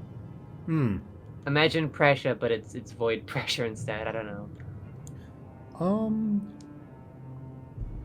Give me a careful or clever. Yeah, I think both would work. Yeah, either or. I can tell you with that roll, it's not a very impressive roll, obviously, but I can still tell you that the crown of the Nexus Lord will keep you safe. Okay, that's good. It's reassuring knowledge. No further information with that particular roll, though. Okay. I stand up and I act as though I've received a great revelation. They all, the Tortolans at least, like, closing around you, not like hogging you or like swarming you, but they approach you as if you're about to preach something onto them. They all stare eager-eyed at you. It seems that even in this void-rich area, I remain unbothered, uninfluenced. Surely the power of the beacon is unmatched and indomitable. Yes, indeed. They all nod, applaud. Some of them begins writing something down, and they ask, "Did she say power or strength of the beacon?" She said power. Oh, right. It seems they are recording your words. This is awesome. I have my own little record. I love this. These are way better than the bold people killers in Stormwind. I mean, it's not. These people are also probably killers, you know. Yeah, but these guys are like scholars. The guys in Stormwind were just a bunch of goons. Yeah. A bunch of hooligans. Welcome back, Thompshire. I'm just... What did I miss? Oh, God. The Tortolans fawning over Lyri. Did you get the part about her destiny? Yeah. That her destiny wasn't here, but something important would happen. Yeah, and Lyri also rolled to see if, like, the abundance of void energies would allow her to remain herself, and the result of the roll was, as long as she has the crown of the Nexus Lord, she'll be fine. Mm-hmm. That's more or less what you missed. They're writing the New Testament right now. Yeah, they are recording Lyri's words. The Tortolans, I mean. Bladebeard, Morgan, Benjamin, what are you guys up to? I'm curious. Benjamin's kind of just staring incredulous. I'm going to ask the turtles, have they seen his crew? I'll roll their careful to see if they have seen your crew or not. Yeah, okay. Do you approach like some of the ones that are worshipping Lyri, or just random ones? There's more? Yeah, they are you're in a marketplace and they are all throughout the markets. Obviously, there are more trolls than Tortolans, but yeah, there's plenty of people, well, Tortolans around here. Sure, I'll ask the same group that Lyri was talking to. Yes, I saw a group of surface dwellers be brought. He points at the ziggurat of Minloth. Not sure how they got in though. The way is closed. The prophecy, I think it says that whoever needs to enter needs to go into. He points at the two pyramids first. Before entering the ziggurat, I mean.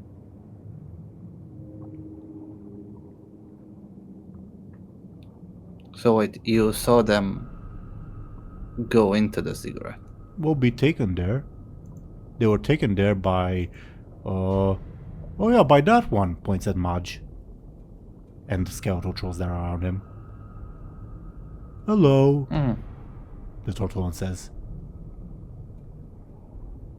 Alright, I would advise you to stay away from this cult thing, but looking at you, you probably wouldn't listen, but don't say I didn't warn ya.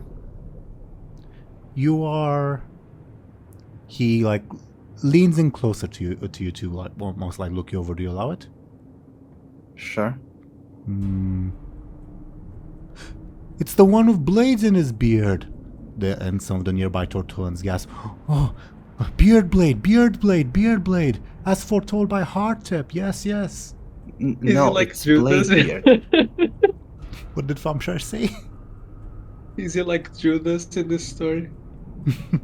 Yeah, they as they say that, they grow visibly wary expressions of you and say, "Oh, I'm sorry, I'm not supposed to help Beardblade. You seem nice, but if you hurt the beacon, I can't help you." This Hardtip guy, where is he now? Wherever the deep ones call. No, Hardtip's not. It's not at the deep ones call. It says so in the scripture at line 43, page 248, that he'll hear the call of the deep ones, but not listen. No, you're misremembering, and they once again begin arguing minutia, theology. Don't we know where he is? Bubboard, last you saw him, you sent him to Duskwood. But we know he's on his way to Duskwood. if He you listens. you don't necessarily know where he actually is, if he's there or not. But yeah, He's a slow turtle, so maybe he didn't even leave Stormwind. Who knows? But maybe he can like use those flying scrolls or whatever Tortolans have. I don't know. So he could be anywhere. Pardon me, says a different Tortolan. If you are Beardblade, then points at Morg. Is that Mobud or Budarg? I think your books are wrong. I'm Bladebeard, not Beardblade. Nods. Begins scribbling down the words of the betrayer, right? Continue, please. What was the question? Is that Mudarg or no?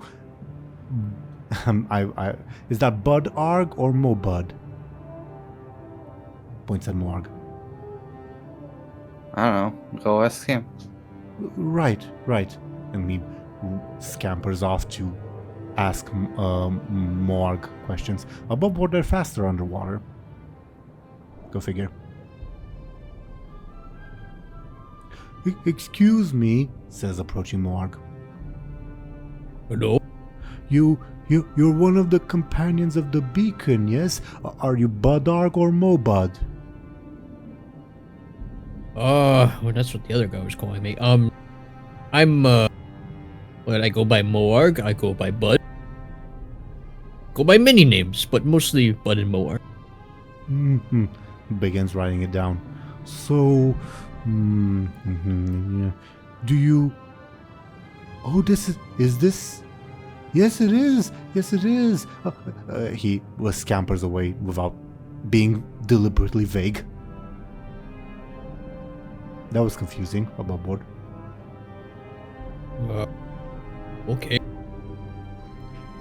Returns to some of the other Tortolans and says, "Everyone, I think it's Mobud's moment or Budark's moment." Oh, they ooh and ah and begin like subtly discussing again theology. His moment? Could the beacon perhaps learn a thing or two about this? Well, you'll be there to help. We know that. We think anyway. I see. And, well, Mobud... No, it's Budark. No, it's Mobud. No, it's Tartarus. Well, anyway, it will be his choice to make. Noted. I'm very confused. They're just a bunch of fanboys. Does this happen often? Says Kyrie, and asking the group. To me, yes. More with fangirls than fanboys, but yeah, they are all around the world. Out of the not out. Anastasia approaches the group, having in her arms a bunch of what looks like sea fruit, and says, "I got this for everyone. If everyone wants to try." Victrix comes up next to her and says, "Drop those. Those are poisonous." Above board, as mentioned, Anastasia is prone to triggering traps, and Victrix is prone to preventing Anastasia from triggering traps. You just saw the first example of that. Those are poisonous? Yes, obviously. Victrix slaps Anastasia's hands, and the fruits drop to the shore, to the bottom of the sea. And Anastasia says, "But I spent the gemstones over there." "You did what?" Wait, you have gemstones? Yeah, Yeah, from the vault. But that Benjamin was does in- not remember that. Oh, That's right. in another sorry. reality. Sorry. Victrix says, "Yeah, we've suddenly discovered that a bunch of gemstones in our storage, our bank storage. Don't know where we got them. It is a miracle of the light, Victrix. I told you not to question it. Bladebeard knows where they got them." Above board. All right. And yeah, Anastasia Shrug. and Victrix wander off to retrieve the gemstones that they paid for the poisonous seafood. Benjamin kinda examines one of them out of curiosity. Give me a careful, please. A 4, if my stunt applies. It's not magically poisonous, it's just poisonous. Whoever ingests it would get 2 negative advantages, like akin to consequences that would be created against them. Do I recognize the fruit or not? I'm not a biologist above board, so it's generic poisonous seafood. Sure. I'll take a few. You have Not to eat, but just keep in my bag. You have taken a few. Lyri is still communicating with her disciples, I guess, in the background while this happens. I mean, they're mostly arguing theology. At one point, one of them approaches. "Excuse me, Honored Beacon. Did Hardtip mention anything about those without faces to you? It's written a bit vaguely in the scripture." He mentioned that those without hair must perish. Something. Maybe they don't have faces as well. I don't remember. I thought it was you who said that. At least that's what the prophecy said. Oh, yeah, I did say that. Never mind. They nod sagely and begin recording your words. It's difficult to decipher the words that flow through the beacon's mind. Thousands of voices. And yet only one true vision. So difficult, so difficult. Only one such as myself could be able to do such a thing. Indeed, indeed. It has been written, it has been spoken, indeed. It's so true. They write down your words. One of them pokes their head out and says, Monarch Beacon, you need not decipher anything. You just need to go on your journey and everything will proceed as foretold.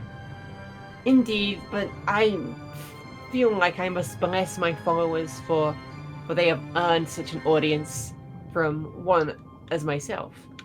Of course. They To mindlessly follow my journey would be arrogance. And I am nothing but generous to my loyal, devoted followers. One of them eagerly marches forward and offers you a dagger. Thank you. He, if you allow it of course, takes your hand and points it at it where his heart would be. No thanks. And another Tortolan comes up and slaps the first one in the back of the head and says, "You idiot, not in the sunken city." And says, "Oh, right. And he backs away from you. Sheesh, I'm glad these guys don't have a lot on me.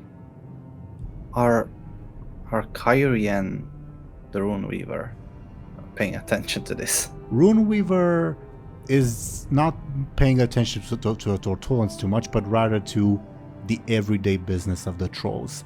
Kyrie is paying attention, though she's gloomy and not talking to you. To the plural you, not just you, Bladebeard. She's grumpy that you guys are even here. Yeah. He'll just acknowledge that she's paying attention. Hmm? Zhao seems to be sketching. Victrix and Anastasia are arguing with a shopkeeper, it seems, while Hekala and the Wind Serpent are... Wait, how can they communicate? What do you mean? Like with the shopkeeper, it was like thousands of years ago, so I assume common wasn't. That's... yeah, good question. We're speaking fish. It's magic. Give me a clever to speculate, Benjamin. A -1, so no idea, I suppose. Maybe you are speaking fish. Glub, glub, glub, glub. A Maybe a Tortolan, bunch Classic of Benjamin quote. a Tortolan looks at you and says, "The one who took the hand spoke the sacred words!" A few of them begin crowding you, Benjamin. Veteran kind of steps back. They begin recording. My disciples, please continue to spread the word. Spread it far and wide. Yes. Benjamin, shouldn't you stop her from doing that? Doing what? They'll just do whatever, like heart up. They'll do whatever she tells them. Hey, She's Lyri, telling them to spread. Can't you tell them to like end the cult or something? Yeah, No. Yeah. force her to do that. Don't make me do that. Just do it out of your own volition, please. So wait, if I don't do this, you'll force me to do it?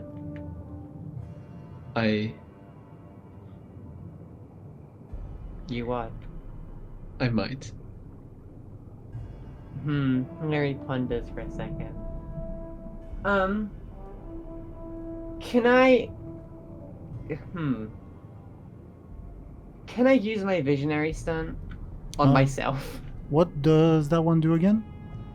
It's the one where I use Oh. my voidy powers to, I Alter should just read perception. it out. Alter perception, yeah? Can Okay. I alter my own perception? Easily, yeah. Can I make myself deaf? Yeah. Temporarily? Okay, good. Aren't the others more so magical? Or does Lyri have to hear them?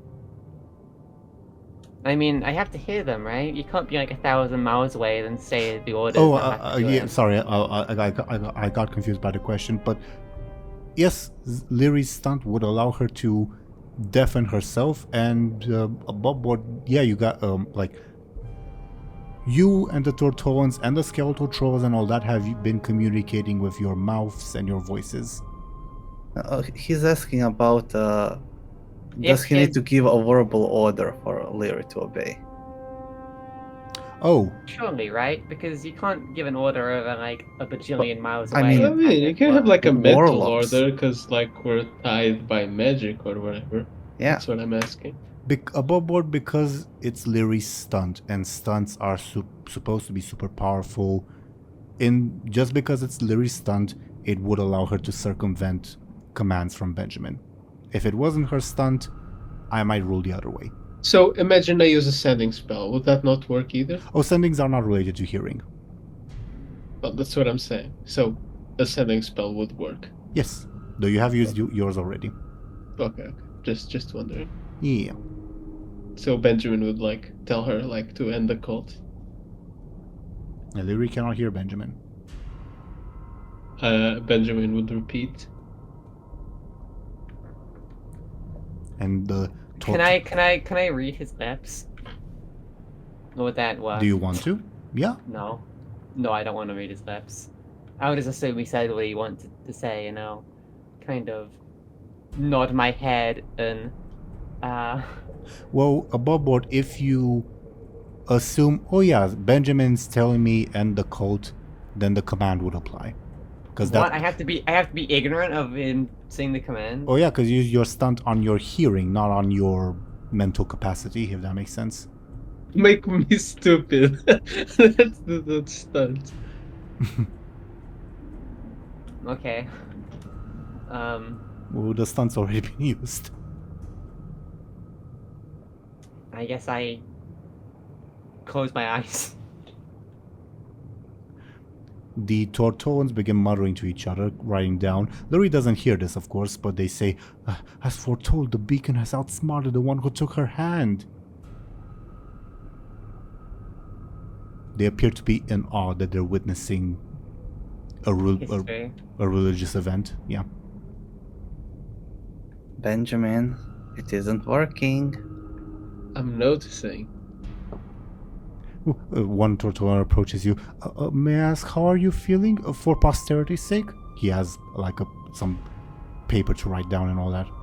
I'm feeling frustrated. Writes down. Yes. Looks up at you expectantly, as if you're. What? Anything else? No. Scram. Oh, sorry. Approaches Bladebeard. How are you feeling?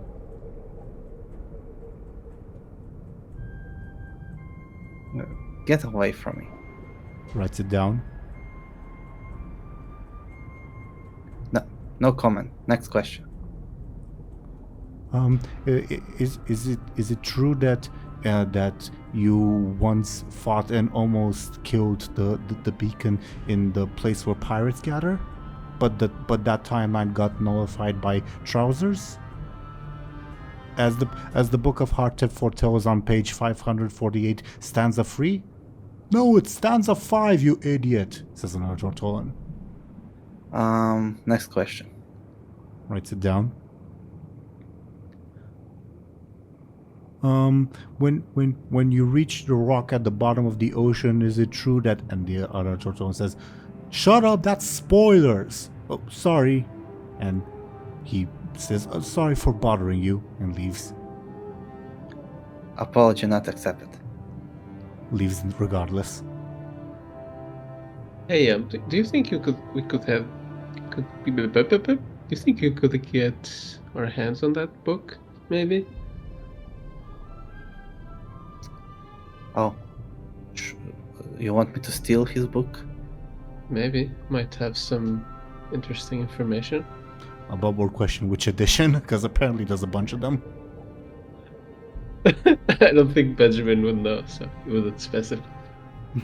Alright, I'll take the book, but you have to make sure that Lyri makes them not kill all the bold people and not spread the cult, alright? Yes, boss. Do I get +2 from Ventress? That's her name. Victrix? You have brought her along. I think her and Anastasia would return at this point, and she would be able to grant you the bonus. Can I try to sneakily steal his book? The tortoise who just approached you? Yeah. Yeah, give me a sneaky, please.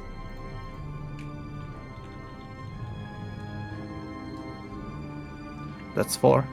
That is for you. Nab a book.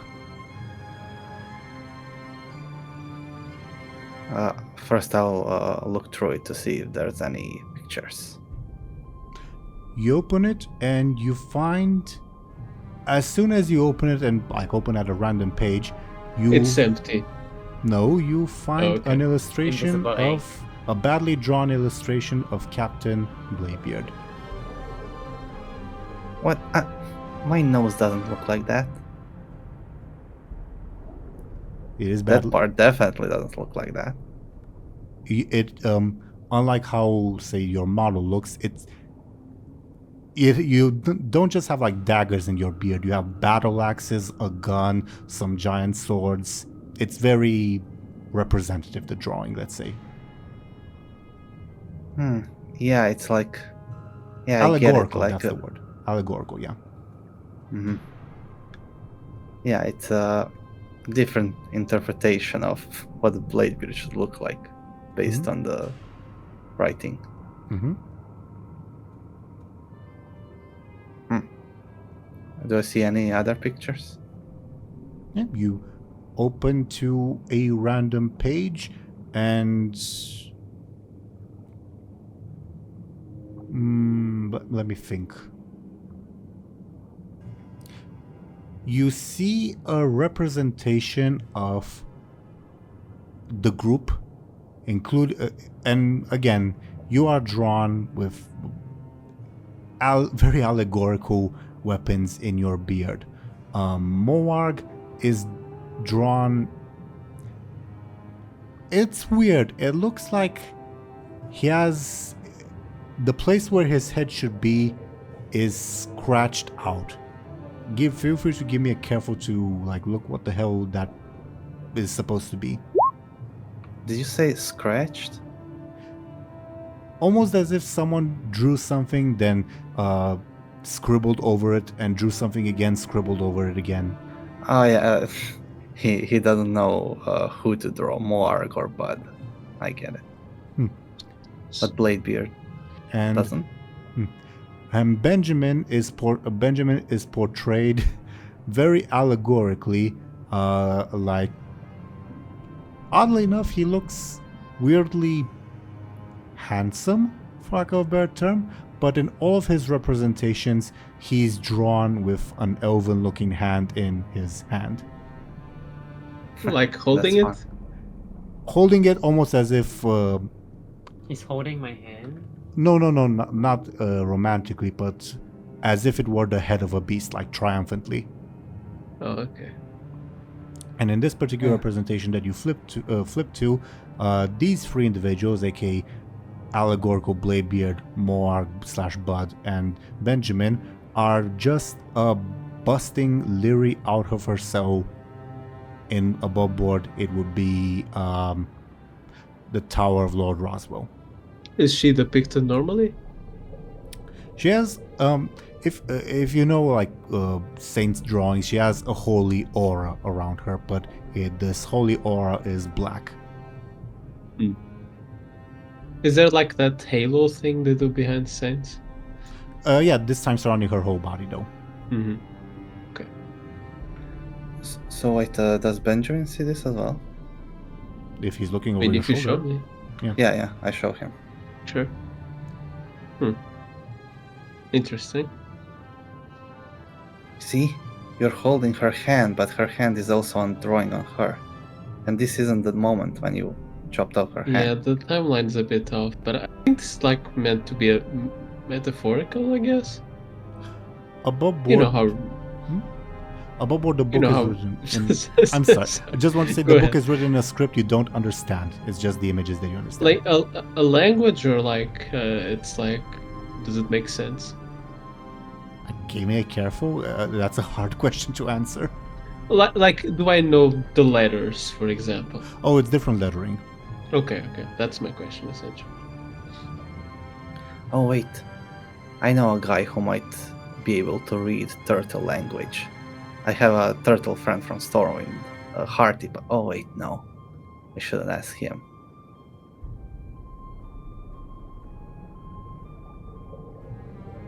So, should we skip ahead, see if there's more pictures, or what? You really think they can tell the future? I don't know, but I'll take anything at this point. They can't. Lyri is not going to go to any rock. She's probably going to die here in La La Land. Can we check just to be sure? Sure. Hmm? Check. Yeah. You flip over a couple more pages and you see, again, an allegorical representation of your group while Lyri heroically defeats and cuts down what looks to be some kind of troll sorceress. Yeah, checks out. What? What checks out? It's Zolgaga. Didn't you say you were going to check the future?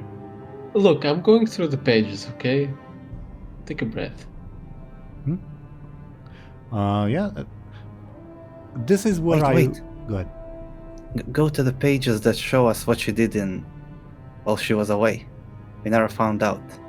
I bet she was murdering more people. Sure. Benjamin did find out about what, because he shared that little mind-link thing. But yeah, if you flip to those pages, you now see a much darker Lyri, as depicted. She seems to be in contact with another elf that looks like she has a lot of swords. Yeah, it's weird. She has just 2 arms, but in each arm she's holding a bunch of swords. Oh, I think I know this one.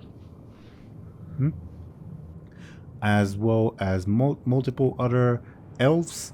You see, what would be? Did I tell you that's her stepmom? Lyri's not nearby, but yes, about what you did tell her. No, I'm telling Blade. I'm asking Bladebeard if I told him that. She has a stepmom? Apparently. She looks hot. Yeah.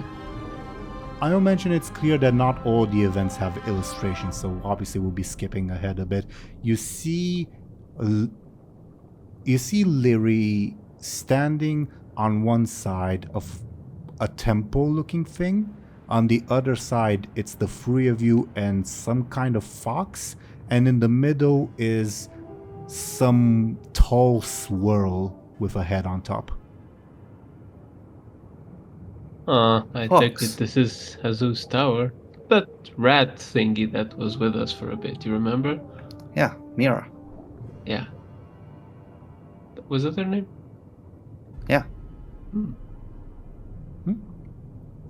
And as you continue a few pages more, you find for the first time a scene that does not have Lyri as a character, but instead it has the fox thing as a character, as we review a little bit of the adventures of Mera, just a little bit.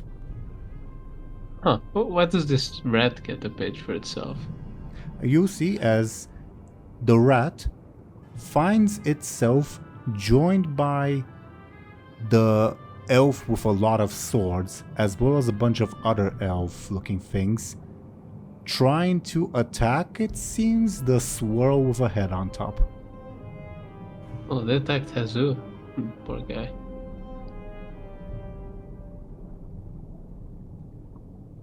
And in the next page, you see the swirl with a head on top, surrounded by the corpses of elves and a very frightened looking fox, as it's holding the woman with the blades, almost like it's holding the woman with the blades and seems to be tossing her almost like you toss a basketball.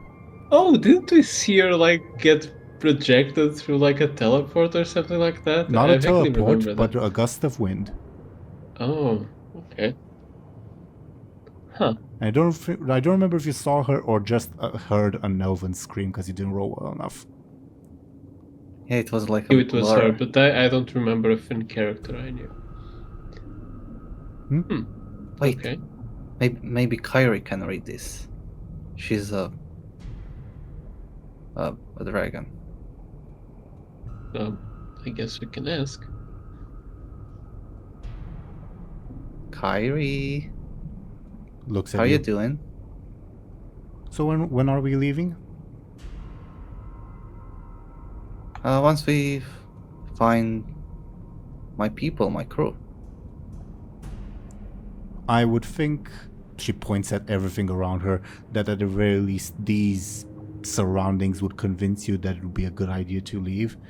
Suppose, Shanaris, Yeah, it would be a good idea to get everyone out of here. I assume you approached me for a reason? Yeah. Can you read this book? Take that thing away from me.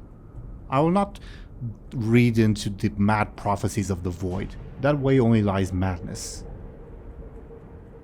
Some of it is not prophecies. Some of it is like things that already happened. What do you mean? Like, Well, it's kind of depicting our adventures or part of them. Can't you tell? Well, of course you can't tell. This, just judging by this cover, this book is hundreds of years old. What do you mean? Just look at the pages, and she casually rips a little bit from a page. Are you saying all of this was predicted? Shrugs. It's the nature of the void. Don't think too much about it. maybe they have like a million versions of these books, and one, like, one in a million gets things right. So That's generally the way the void works, yes. Well, they were discussing. so it's fake. She shrugs. She indicates the Tortons. They were arguing about book versions and all that. Well, but it seems to be minor discrepancies, not entirely different histories. Shrugs. Either way, best not to delve too much into that. She theatrically flips to a random page where it depicts Benjamin holding Lyri's hand, Bladebeard with weapons in his beard, and a small humanoid creature with wings pondering a book. While nearby, the holy beacon is holding her hands to her ears, like almost childlike. And Morg, what's Morg doing? I guess In the book, or just generally at the moment. in general, like right now? Yeah. What has he been doing? I think he's just been looking around, like, at the cult leaders and cult people, and just, like, I guess, like, munching on soggy popcorn. Morg is depicted speaking to another ogre, but the other ogre is smaller. That's literally now. You randomly opened the page and it's now or minutes ago. It's the nature of the void. Don't think too much about it. You're making me think more about it by doing this. Do yourself a favor and toss the book, says Grumpy. Benjamin's head hurts. Can Lyri kind of, at this moment, sneak away and find Runeweaver? Is he nearby? Oh yeah, he's nearby. Never out of sight of the group. He's perusing the stalls and examining everything, taking notes. Very much in archaeologist mode. Okay, I'll go and, while this is happening, go and approach Runeweaver. You approach him. He does not notice you at first. We can go back to the other conversation. I was just saying that, so we can go back to Oh, sure. Noted. Yeah. Kyrie has delivered her verdict that you'd be better off tossing this book. Yeah, Benjamin, the book is fake. Is that the conclusion you got from this? Yeah. This is... It's not 100 years old. It's No, They- it's 448, judging by the magical feeling that I'm getting. it's a trick. How so? Enlighten me, she says sarcastically. I don't know. It's a lucky guess. We are predictable. I don't know. Nods. Of course. What are your insights, dear Benjamin? I don't know what to think at this point. You just flipped to a page that was depicting this moment in specific. What do you want me to say? It's scary. Yes, it is. That's why I'm telling you to drop it. It's a tool, an artifact of the void. Sure, you can flip it through as if it were a typical book, but look, I touched it, it immediately turned to the page that would freak you the most out. Freak us the most out, if I'm being honest. Aha, yeah, I figured it out. It's magic. It's magic. It is, yes. The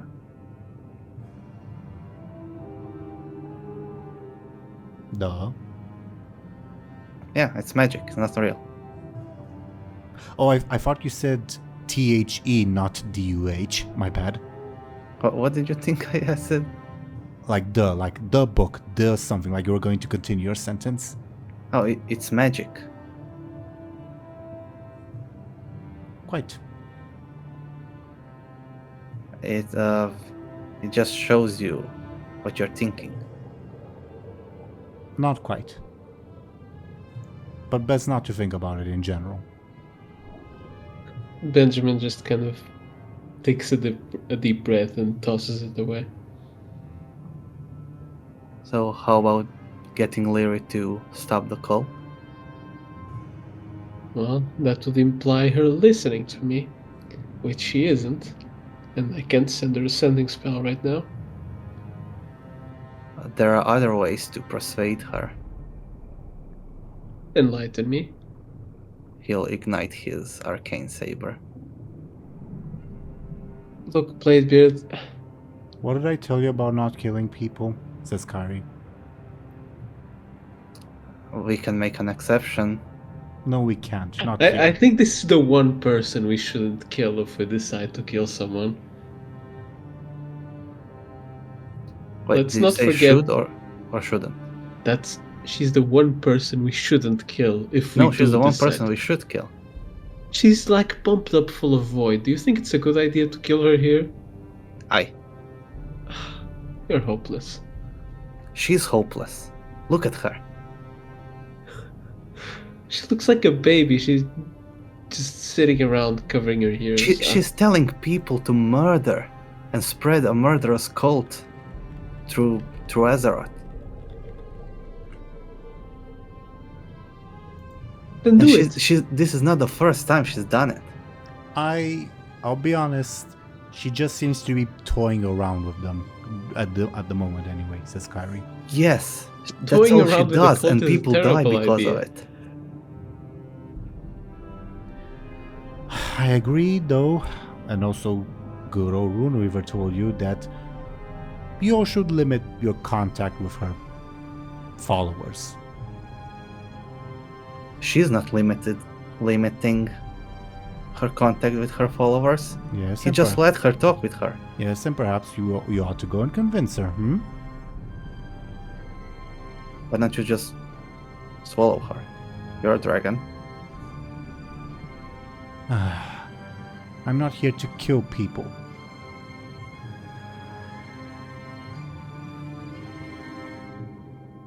Meanwhile, I guess Lyri, Yeah, you approach Runeweaver. I indeed do. He's studying the surroundings, not paying attention. I am going to stand as close as I can to him without noticing. When I heard the S, I thought you were gonna say stab, and I was like, oh god. No. I'm gonna stand as close as I can to him without him noticing. Give me a sneaky. Yep, you are able to almost rub up on him, though not obviously in a perverted way, but you're that close without him noticing.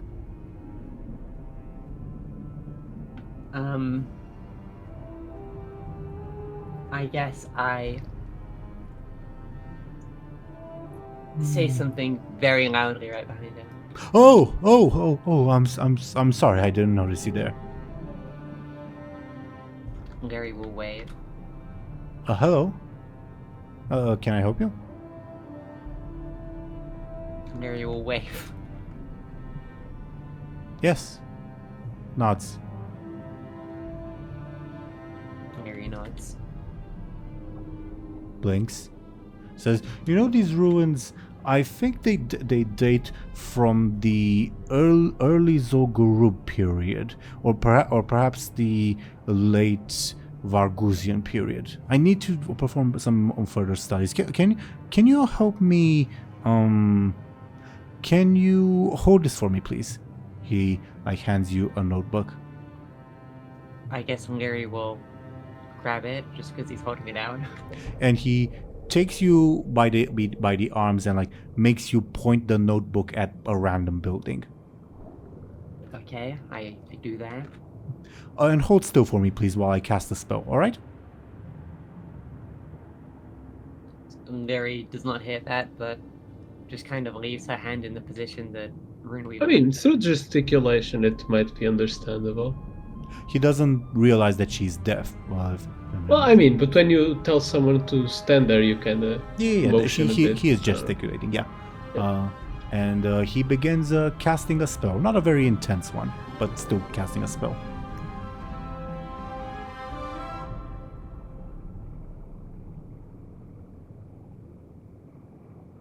Do you allow him? Yeah. Then, after a couple of seconds, there's a bright flash coming from the book you're holding. What's in the book? Well, first there's the flash. Do you react in any way, or?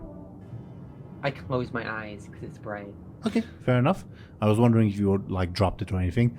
And after you open it, you see pretty much a photocopy of the thing you're pointing at, and printed onto the book.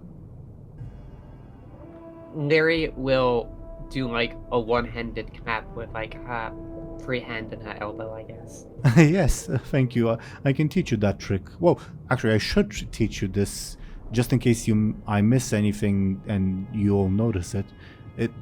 Poring over the research notes, why even this, he points at the quote-unquote picture he just took, even this would warrant decades of study. Just by it alone. I guess Lyri nods, just because he's talking. It's a fine thing to do, I guess. Oh, can you help me by also taking a pic? I call it a picture of that. He points at a random building. Lyri will put her hand out, like the first building, but towards the second building, I guess. And Runeweaver would once again cast the spell. Bright flash.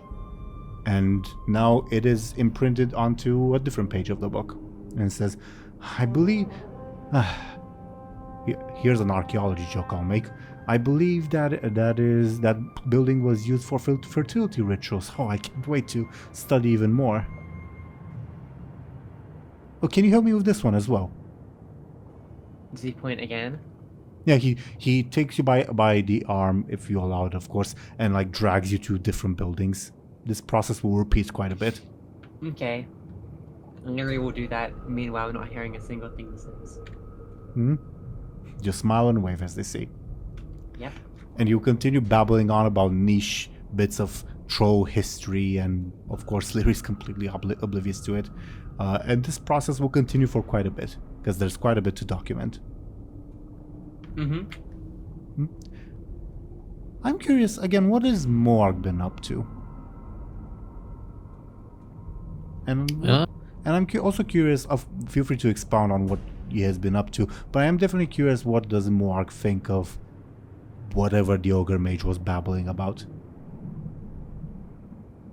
I mean, his conclusive thought was maybe it can remove Tartarus. At least that's how the insane ogre described it. But yeah, that's his takeaway. He was very confused by the confusion of who he is, I get. Makes sense. And otherwise, what have you been up to? Well, Morg, rather.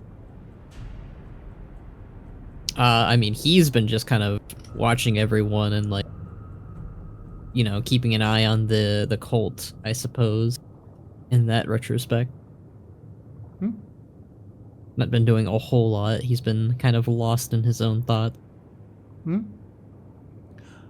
Anastasia would approach you and say, I made a bet with Victrix. Hit me. No, you don't need to do that, says Victrix, as she runs into the scene. Don't listen to her, please. No, I'm serious, Victrix. Hit me. You really don't need to do this, says Victrix. Hit me, says Anastasia. A bet? What kind of bet? That I can remain standing if you punch me with your full strength. I believe you. You don't need to go through with this. I must.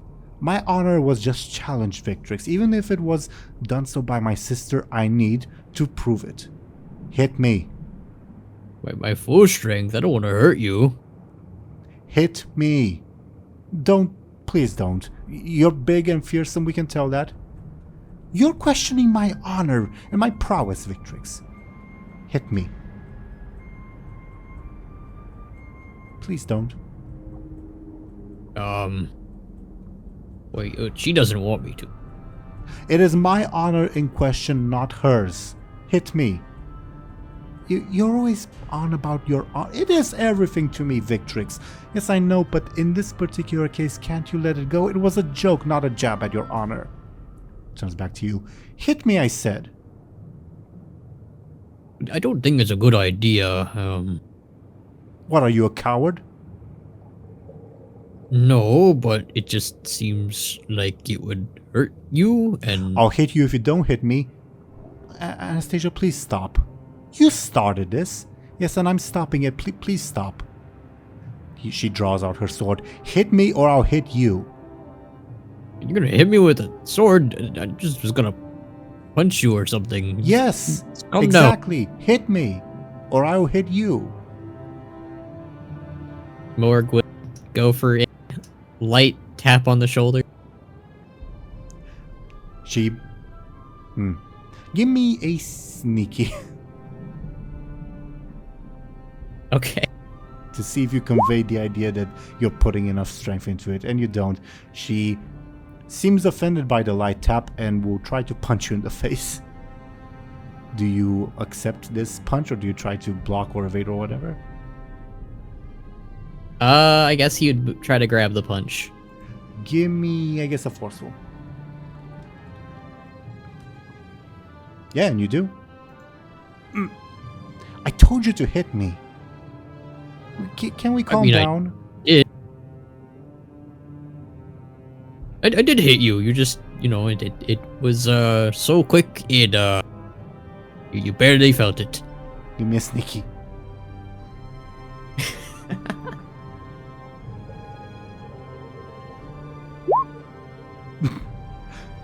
She takes her sword with her one good arm and prepares to stab you with it. I will not have my honor questioned by both of you.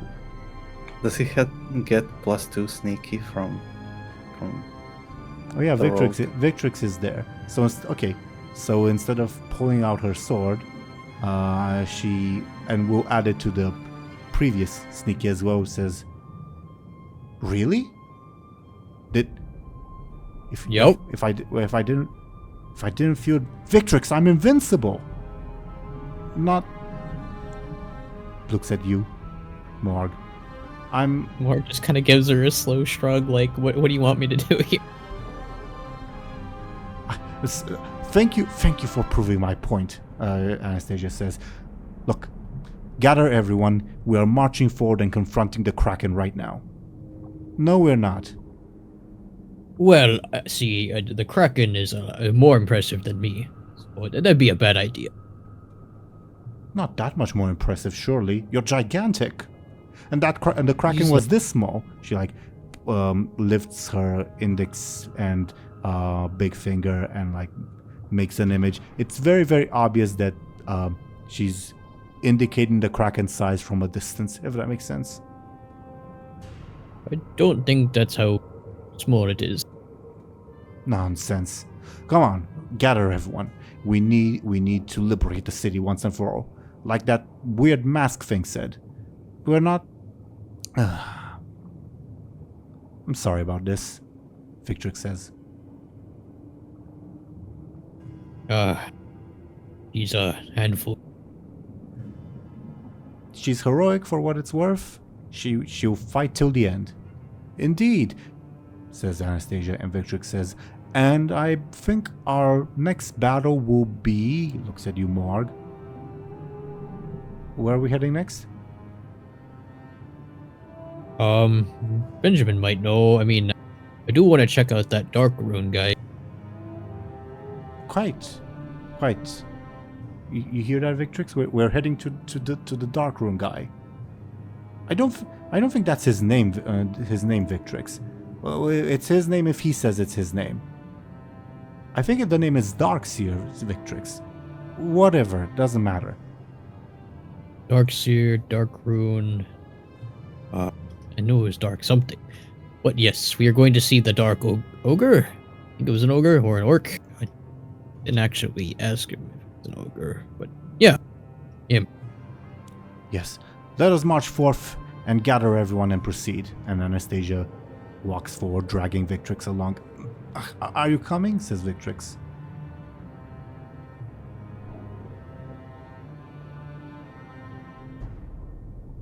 Asking Morg.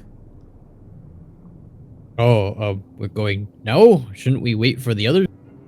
She's heading in the... Well, Anastasia is dragging her in the direction of Benjamin and Bladebeard and Kyrie. Oh. Yeah, I'm coming. And Benjamin, Bladebeard, as you're pondering all that just happened, Anastasia says, we must march forth and find this Darkseer fellow. She pronounces to the both of you. Probably startling both of you. Do we? Well, yes, I think. I know, you're the ones in charge here. I mean, Sure. It might be a good idea to get rid of Dardarus, so, you know. Why are you listening to a crazy head? We've listened to Lyri before. And when has that been a good idea? Never. But this is another crazy person, so it's fine. Well, the not crazy head said that it wouldn't help you. And he said this Darkseer person was their dad maker thing, and they're clearly not okay, so do you really want to mess with that? I mean, we've not really had any other... What if you come out of there with 3 fucking heads, huh? One's a demon, one's nice little bud, and the other's evil warlord Moarg. What are you gonna do about it? Oh, I'm not evil. Can Was I it get... Moarg evil according to you? I'm not evil. You freed Lyri. I would say that's like one of the most evil things you can do. It was a pretty good idea at the time. No, it Get wasn't. rid of her. The captain on the ship you were on imprisoned her for a reason. That's not what I mean. I mean the warlord bud before you lost your memories. Can I get an extra head? I don't... No. I just think it's a good idea to get rid of Dardarus and everything Why going around. are you trusting this guy? This is like the last person you should go to. You know, you have a Kunda to, like, go talk to or whatever. Well, we're not exactly going to him anytime soon, are we? So you'd rather settle for this crazy, evil, probably warlock dude? It's an idea. We can at Wait, least wait, check it out. Terrible one. Benjamin, you don't trust warlocks, but you trust ancient troll demon gods or whatever. Yeah. How's that fair? So who says know- I trust them? You mentioned the Kunda quite a lot lately. You think he's a why. demon? He's a troll Well, god. I thought we were talking Well, he about was the crazy nice to us. bone ditch troll guy we've been working with more than Gunda.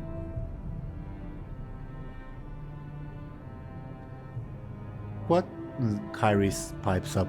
For what it's worth, whatever that ogre mage was describing sounds like a Storm Reaver warlock of all things. Isn't that very bad news? To be fair, that Don't know, was 20 not an years orc. ago, the war.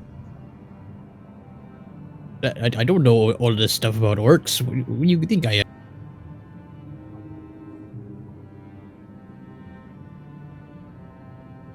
Look, I saw it as have a you- solution, and Have you never heard that they did experiments on ogres or whatever?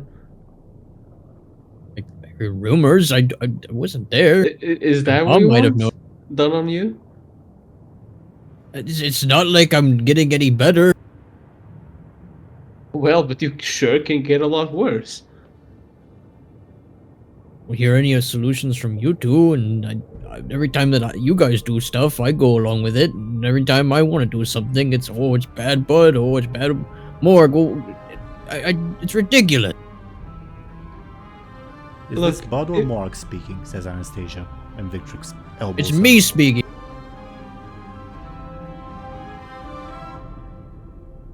Look, you do it if you want to, but I warned you.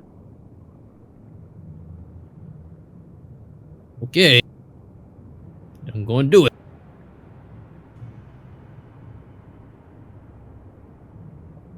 Where is It's Lyri? my choice. Says Kyrie. Benjamin kind of looks around and just says, "Ah, shit." You may be careful to see if you notice something. Anyone, any three of you if you want.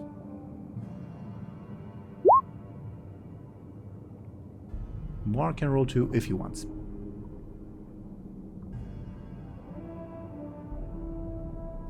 If not, Bladebeard does not notice. Benjamin, you notice a brief flash of light a few stalls over. Mark notices it too. Is she where that light thing is? Maybe?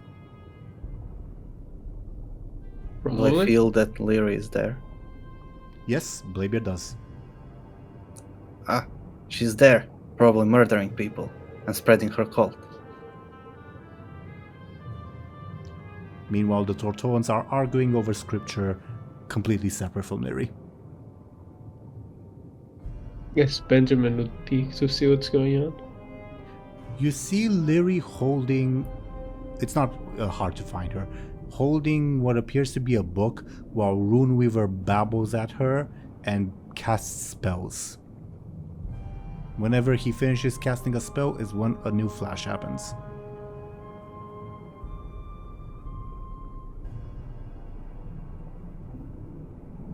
Ever the archaeologist, says Kyrie.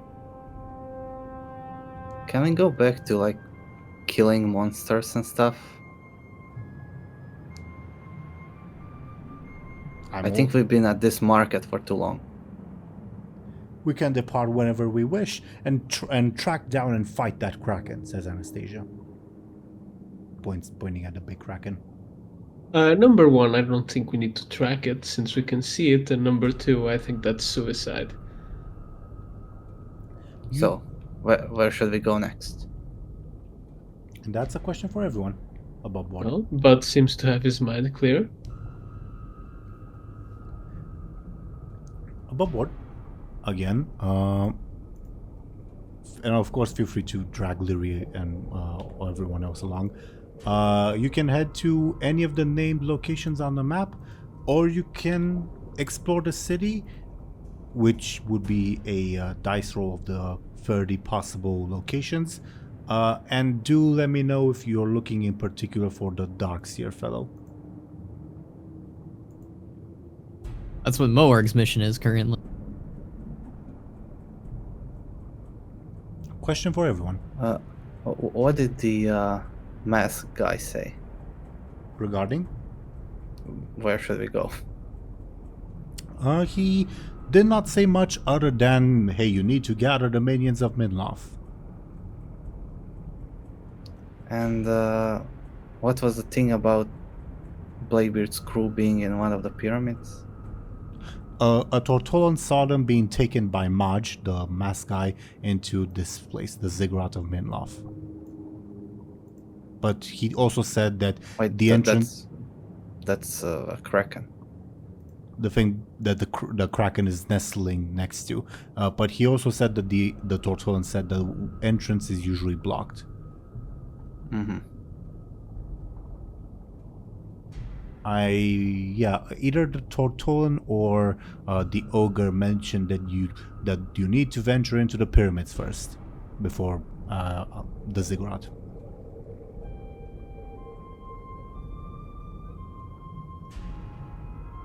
Look, I say we split up and cover more grounds, and then we meet back up later and decide our next course of action. I say we all stick together. Anastasia says, I say that the players stick together because otherwise it would be difficult for the god voice of this world to direct everything and let the NPCs do whatever. Say what now? I say that we challenge the Kraken. Pass.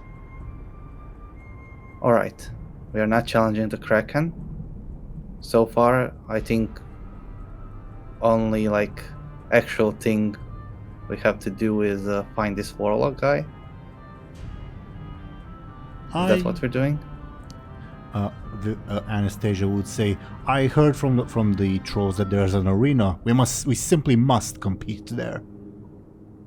And that's a good idea as well. The Wind Serpent says, I remind you that I granted permission for the priestess to come along in exchange for an item. The gardens is where we need to head.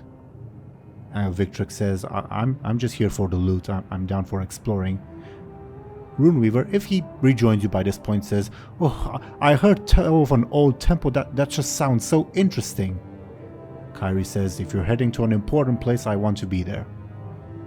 I'm just excited to be here, says Zhaoqi.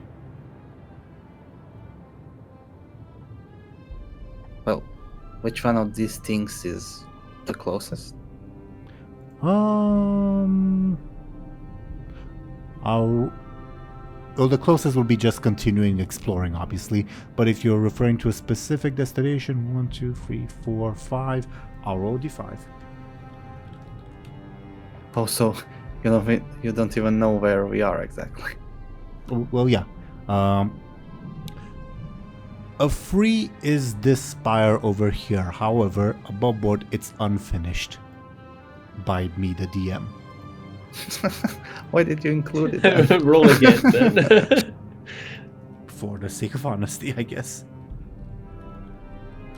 I thought it was unfinished. It's been and now it's built. the other spire. It's no, it's the arena. Finished. It's the arena. The other spire is finished, but Okay. the closest with that roll is the arena. Can we explore all the way, or? Yeah, you can. Of course, you can. Okay. Yeah. Is the group reunited? Question for everyone. I mean, Benjamin is at Yeah. least. Morg is here for now. I heard What does Bladebeard. that mean? It means he's very tested right now. He's very upset. He's upset because people don't want to hang out with this weird, scary warlock guy. That's not really it. But part of it. Is Lyri also here? Is Runeweaver with them? Yep, by this point, yeah. Then yeah. Okay, then I'll roll a d30. 25. What is 25? Wasn't 24 the one you didn't have ready? You're correct. We're threading the line. 25 is ready Bell though. River. As you number, I'll write it down. 25 is the sunken oil rig. As you proceed on your way, you do find actually what looks to be a actually damaged area of the city, as if some debris fell down from above and buried some of the houses. Can I get Kelphos from you to like investigate what's going on? Sure. I'll assist Benjamin. Sure, I'll take it with like Bladebeard's assistance. Yeah, Benjamin, with that roll, for 7, I can tell you, yeah, it seems like there was some kind of goblin ship that exploded or was otherwise sunk, and the debris rained down on this place. And you guys hear what appear to be the sounds of like hammers banging on metal. Why do I feel like Benjamin like kind of tried to get closer to get a better look or listen? Can I get also careful to see if you notice something else? Sure. I'll assist him. Sure. Oh yeah, you definitely notice. As you make your way it's very bizarre. In the ground, you see what looks to be a ship, as in seashells arranged in the shape of a ship, like a sailing ship with like a sails with basically a typical sailing shape. And with that extra care for a 7, yeah, it looks like it resembles the nasty mule if its masts were still intact. Hey, Bladebeard, quick. Aye? Isn't that kind of your ship?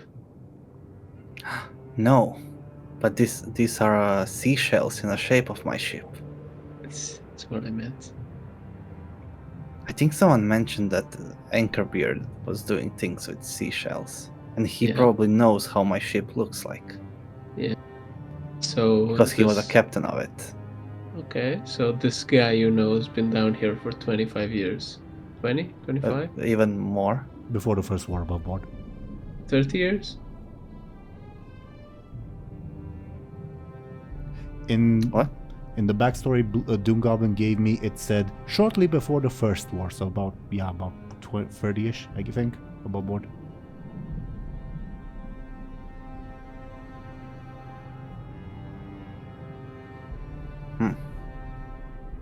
Alright.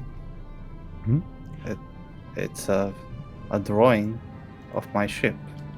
Don't you hear the banging? It's probably somewhere around. My ship?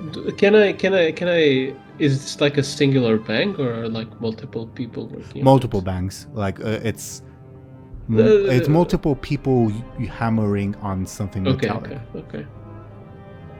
No, like I mean the Sankerbeard fella. Mm-hmm. Aren't you curious? Aye. Why are you standing there then? Do you proceed above board? Asking everyone. Sure. As you proceed, you begin to hear a goblin lady's voice that sounds muffled say, "All right, everyone, I want this rig operational by tomorrow. Come on, Mixie, get to work. No slacking, Big C. Come on." As you see several of these people above board, accompanied by mind breakers who cannot penetrate the helmets, so they're just casting magic nearby, and they are being ordered around by this individual, also accompanied by a mind breaker, and they appear to be working on this thing that you would normally identify as an oil rig. However, it's sideways. Like it's, instead of pointing down, It seems to be pointing at the 2 pyramids. And, and the ziggurat. At Go ahead. first, I thought it was a super flange or something like that. It's a big oil rig. It's the model World of Warcraft has for goblin oil rigs. Wait, can I roll a capo? For what? What are you asking? What's your question? Can Lyri look at what that is? Yeah, you be careful. Seems to be an oil rig. Guys, it seems to be an oil rig. Lyri's Jeez. deaf, so she's yelling. Who's that? Oh, hello there, says the goblin person. You here to help? I'm always looking for employees. Who hi. are you? What did Benjamin say? I didn't quite hear. Who are you? Name's Bezzy Darkwhistle, and I'm in charge of Bezzy Incorporated, a subsidiary of the venture company. This here is my baby, my experimental oil rig. It can drill into absolutely anything. Why is it pointed to the side? We're working on it, you asshole. Are you here to help or not? How long have you been here? Yesterday. And you've done this in a day? Can I get a clever from you? Sure. Well, actually from anyone, if they want.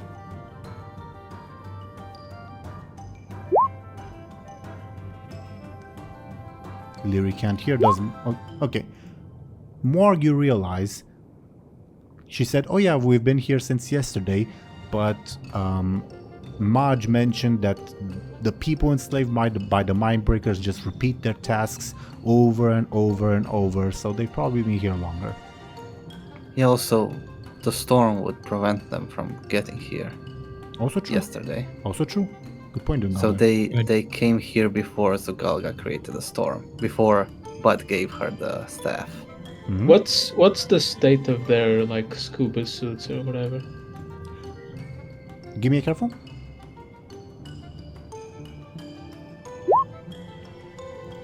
There is wear and tear damage, especially around the head area where the Mindbreakers first tried to break through. Now they're just casting magic at them from very close range. Is it broken through or? For some of them, yes, but never. For some of them, yes, but they nevertheless appear to continue working. As if Hey, nothing there's a hole in your helmet, pal. Oh, you're a tall one. Crap! Bezzy's gonna yell at me. Shit. How can you breathe? Don't bother me. Don't bother me, pal. I don't tell Bezzy. Don't tell Bezzy about this. All right? You feeling okay? Never been better. It's my first day on the job, but hey, I just have to point this thing in the right direction. What thing? Points at the oil rig he's been hammering. Why is it pointed in that direction? Just sort of fell that way when the ship exploded. So are you gonna lift it up? We're trying to. Huh. And what are you gonna do with it? Drill, baby, drill. What do you think we're gonna do? Is there oil here? There's oil everywhere, baby. Says who? Let me prove it, says Anastasia. She walks forward with her sword and says, I will find this oil for you. She prepares to jam the sword into the ground, and Victrix stops her and says, No, that's probably a bad idea. And this is another Anastasia trap that was prevented. I mean, I'm more worried about the deep of whole thing here. I mean, actually, a drill could be good. Maybe it kills the thing. What do you guys think? Would it free it or would it hurt it? What? Like the oil rig, it would like drill down. Yes, oil rigs usually throw down. Benjamin, you're a genius. No, I'm asking above board. Like, do you guys think it would hurt whatever is below the city, or help free it? Why would there be anything under the city? Going by Oh wait, you Southpark mean logic, literally there's something under the city? Yeah, the super evil thing that dwarfs the Kraken. I thought that. That's got to be like really, really deep, and also probably. I don't about- know, oil is pretty deep. I think going by South Park logic, it will make dark things happen and make it worse. Just ask. I think it would maybe like damage it, and then its corrupted blood would start pouring here. The black and blood? The black blood, yeah. The alive black blood. Although this is a dead thing, not void thing, so who knows? What about the dead void thing?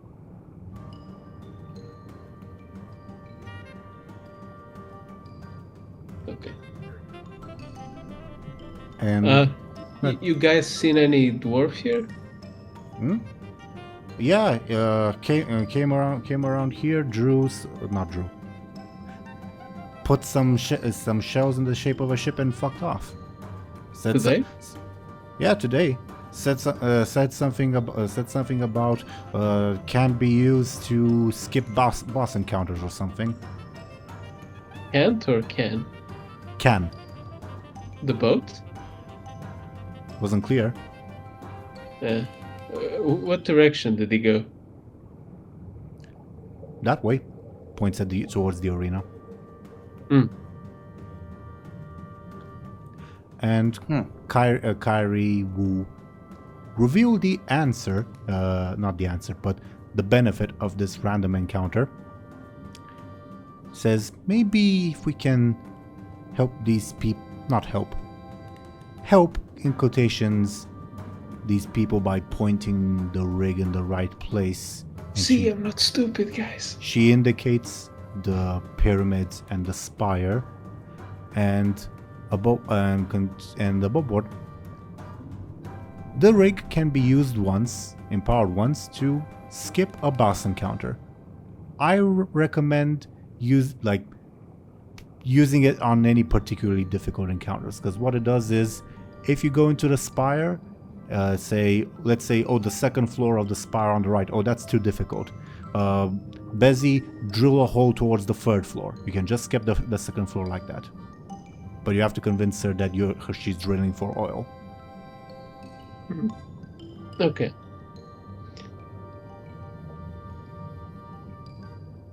Oh, that makes sense? Yeah. Mm-hmm.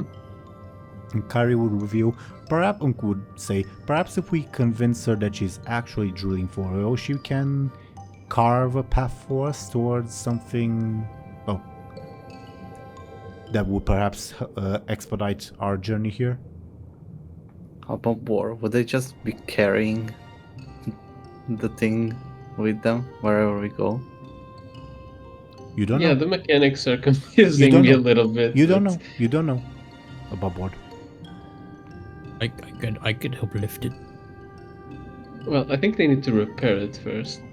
Aren't you like a ship mechanic or something like that? Kyrie said, point it in the right direction.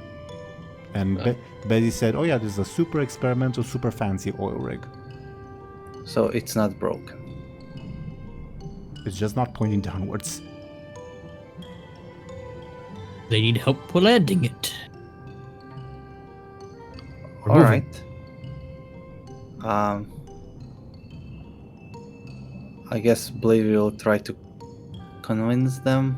What should we do? Like, tell them that we know where the oil is and that they should follow us. Right? I mean, not follow us, but like maybe we give them a signal or something? Is this thing shut out? Do they need to ram it? I have no idea how it works. It's a goblin invention, it can do anything.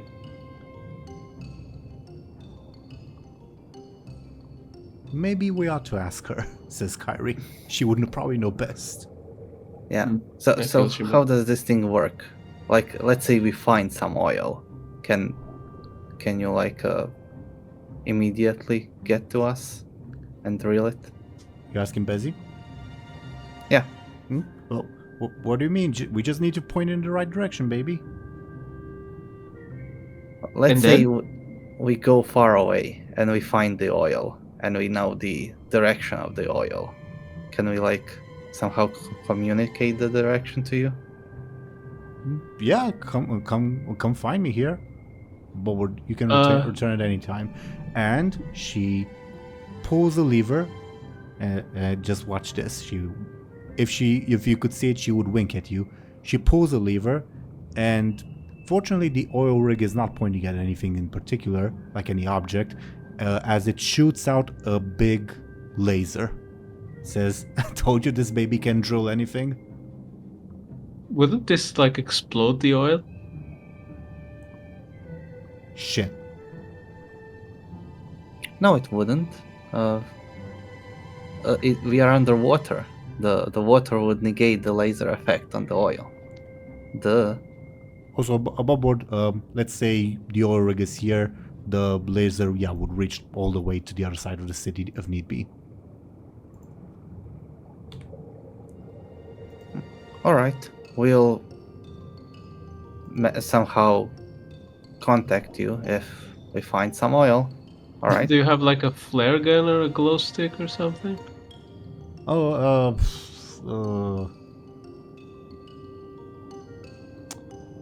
Why are you doing this? Being too generous with me. I don't know. Maybe we want a cut. I'm not giving more than 10%.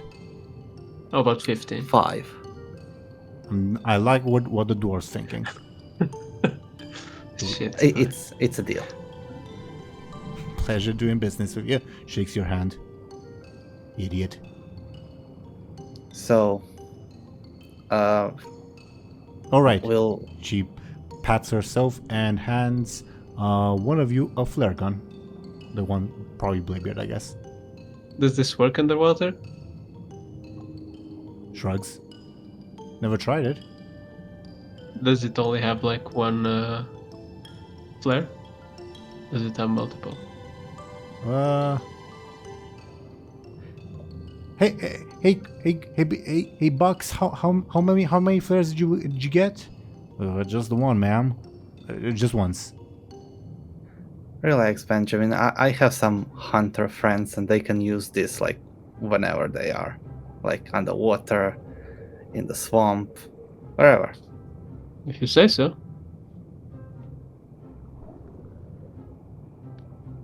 And as you say, if you say so, all of you see a tentacle come up and grab the oil rig and adjust it slightly in a random, seamless direction. What was that? Tentacle retracts and says, "See that's why we keep trying to put it down. We keep hitting this thing whenever we point it downwards, and it keeps bouncing up and adjusting as if not to point it downwards. Ma'am, maybe we should be drilling somewhere else. I'm the one in charge here, Bucks. Get back to work." Benjamin, I think that the tentacle is keeping them busy so they can help us. Is probably one of those magical destiny things or something. I just think it doesn't want it pointed down because it, I don't know, probably be bad. Maybe that as well. Yeah, I It's don't like know. they're maintaining the illusion, but like keeping itself safe. I above board also did a poor job of describing it. That this oil rig seems to be hanging off a cliff, and the tentacle came from beyond the edge of the cliff. Oh, okay. My bad. Okay. I stared down at the cliff. Do I see something evil? You see, let me point it, not point it, let me put it on screen. Give me a second. This thing that I put on screen.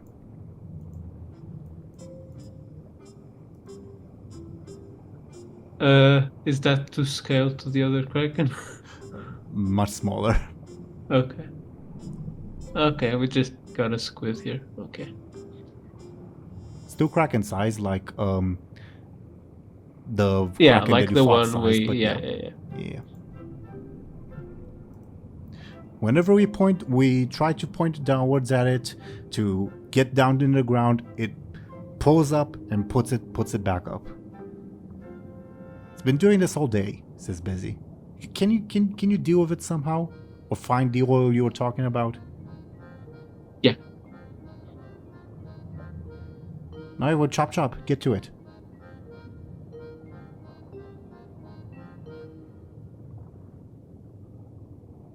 I guess we leave. Alright, yeah.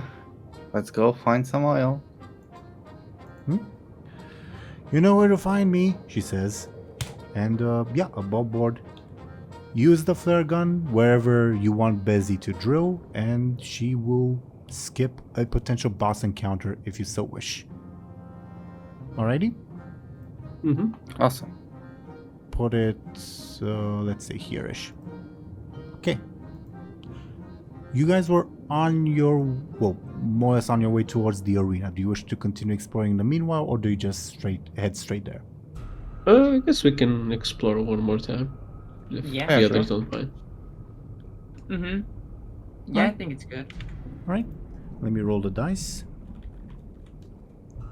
20. What is 20? Fell River. No, that's 11. Wow. Oh god. That's I can't believe how lucky and or unlucky you are. Scary. Huh. and/or. Neptulon? Yes, and or Zelryn. I do mean and or, not the Star Wars show though. It's pretty good. Yeah, as you guys continue on your way towards the arena, you find another similarly damaged landscape, as in from perhaps a ship that came in from above. But this time, you see in the distance, this was very clearly planted on top of a small cliff so that it can catch people's attention. You see this thing planted on top of a cliff to Oh, catch God. attention. Oh no. Hmm. And yes, encounter number 20 is Darkseer, the sunken second war horde submarine. Huh, I guess we're interesting. doing this. Anyways, moving on. Time to get moving. Do you head towards the Storm River encampment? Benjamin sure wouldn't. Does he Morg is recognize the speed flag? running. What did Zelryn say? I said, would Benjamin even recognize the flag? Good question. I don't think he will. I mean, would I recognize the ship as being a horde ship? Probably. You don't see the ship yet, you just see the damage it has caused in its fall, if that makes sense. I mean, they mentioned Storm River, there's a wave, there's thunder. I think maybe you can connect the dots. Sure, I'm down for it. Morg seems excited. Yeah, that's a bad sign. He wants to get rid of the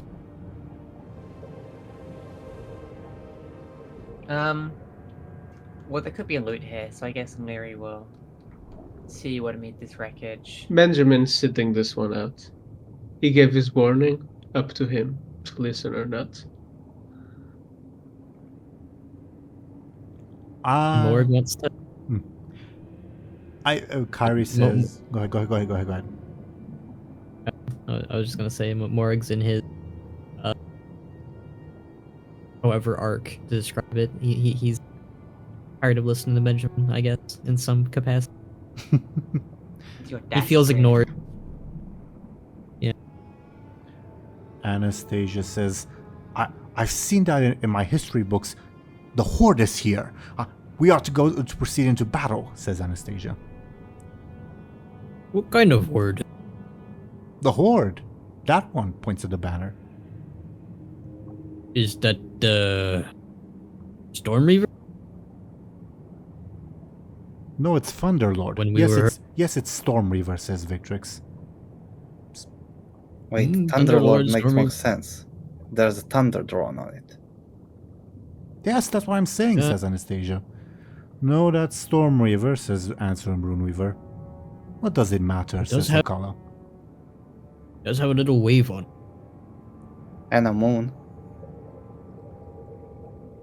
Or a Moon Reaper? smile. A smile. I think Moonreaver sounds better. Alright, let's check it out. Wait. Moonreaver says, I will stay behind. I don't believe I'd be particularly welcome there. You know, Aaran, Alliance, all that. Mm-hmm. I mean, it's an underwater city. No one's really welcome here. Yes, but I am particular. I will go in the place of the Archmage, says Anastasia. If she's going, I'm going, says Victrix. Zhaoqi says, this is fascinating. I'm here if you want me. And Hekal says, I go where my beloved goes. Kyrie says, I don't see how...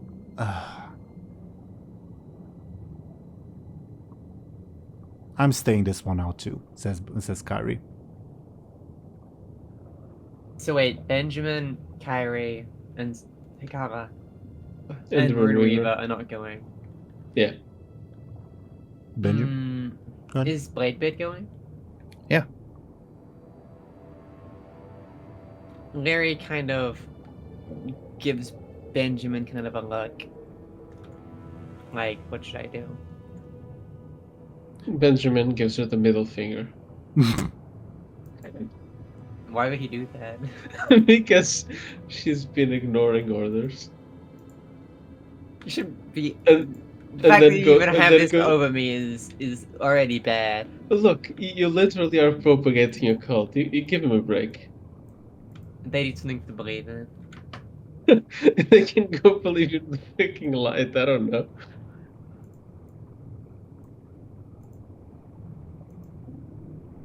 All right.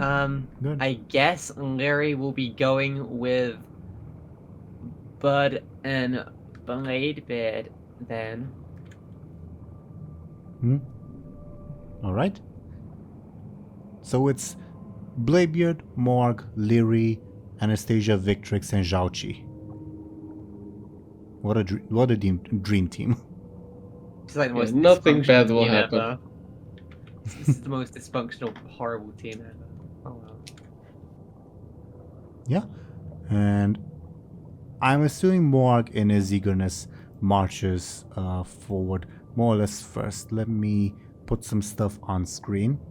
As you skirt over the hill to the apparently Stormweaver encampment, you are greeted by a bunch of these, all of them above board, accompanied by mindbreakers. And one of them approaches and says, "Did Sacrum send you? Darkseer has been waiting the entire day. Who are these?" Was Sacrum the two-headed ogre? Above board, yes. Then yes, he sent me, technically. Who are these, I asked, indicating your companions. They're my allies. And friends. Sacrum sent, but Sacrum has been gone the entire day. Darkseer will make the judgment. Come along. It's a small Alright. miracle that he found another ogre. Just what we were looking for. Alright. And as proceed forward, you hear an orc voice say, "Come on, work some more. This rune stone won't raise itself." As you see this fellow, who is surprisingly intact above board, and he is apparently overseeing the construction of one of these things that I'm putting on screen. Oh no, a mini dark portal. Not quite. This is so sketchy. Yeah, the orcs, skeletal orcs, urge you to follow them to get to Darkseer, the warlock. Ahoy! Ah, Darkseer approaches you. Good, good, good. Sakram finally found someone. Good, good. I've been looking for an assistant. Well, I'm not here to be an assistant. I already do that. Kind of the Bladebeard? No, we're kind of Nope. like an on and You're off fired. basis. I'm fired. Okay, well, never mind. But I'm not here for assistance. Well, I'm not here to be an assistance. I'm here for assistance in getting rid of my demon. Ah, there's another one inside you, isn't there? One that seeks to speak out, yes? Technically, yes. But I'd like to snip that in the bud, as it were. Good, good. You're just what we're looking for. Come here, stand before the altar. I'll begin casting with the magic. It's good, good. We'll finally have some good, proper workforce. Where is Sakram, by the way? He's been gone the whole day. He left, and I'm not here to be a worker. I'm here to get worked on. Yeah. When I say worker, I don't mean like those peons. Indicates the orcs just laboring around. I mean work for me. Become my third after Sakram, of course. Become your third. Are you going to remove my demon, or are you going to make me a weird warlock apprentice thing? Polyamorous relationship. All that. If you want the latter. I do want the demon out, yes. He approaches you and examines you. Never seen one like you before. How many fingers am I holding up? He holds up 4 fingers. Four fingers, right? Looks like that, yeah. And you can count. Fascinating. Wait, I can count too. The warlock ignores you, Bladebeard, and says, "Good, good, good. Yes, I think. Tell me more about you, ogre. Where do you come from?" I come from Veralos. I was a warlord for a bit, then I lost myself and then became an ogre pirate and regained a little bit of myself. And then I ate a demon, and that turned out really bad. But, and now I am me. And, You lost your... Good, good. Yes, I think I can reclaim yourself, for lack of a better term, fully. Yes, this will work. This will Fully? work. Yes, yes. Yes, this will work magnificently. Come along, come along. He urges you to follow him. more follow. Urges you to stand before the 2 statues.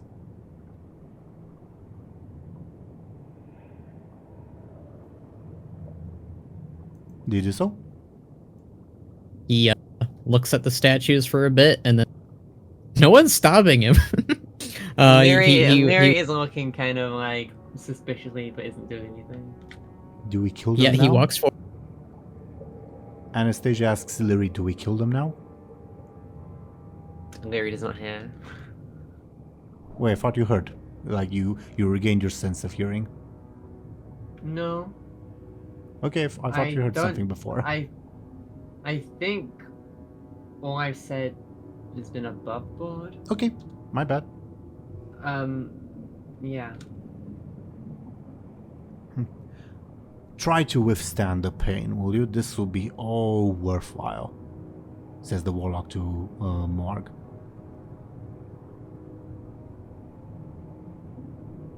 Oh, alright. Above board question for Khono. This is entirely above board. Would you like Morg to have a second head? Yes. Alright. Then, unless anyone else intervenes, the ritual will proceed as determined. This is horrible. This is horrific. The fucking second head's gonna be Tartarus, mark my words. He's gonna be like, well, technically the demon's out. Yeah, Out on the outside. the wording was fucking me up. Getting the demon out is not a good thing. You need to be specific. Yeah, you're gonna get the Tartarus head, and then Benjamin's gonna tell, I fucking told you so. Above board will depend on dice rolls. So, Oh, that's oh god. Hmm. Is there a chance you might get 3 heads with a dice roll?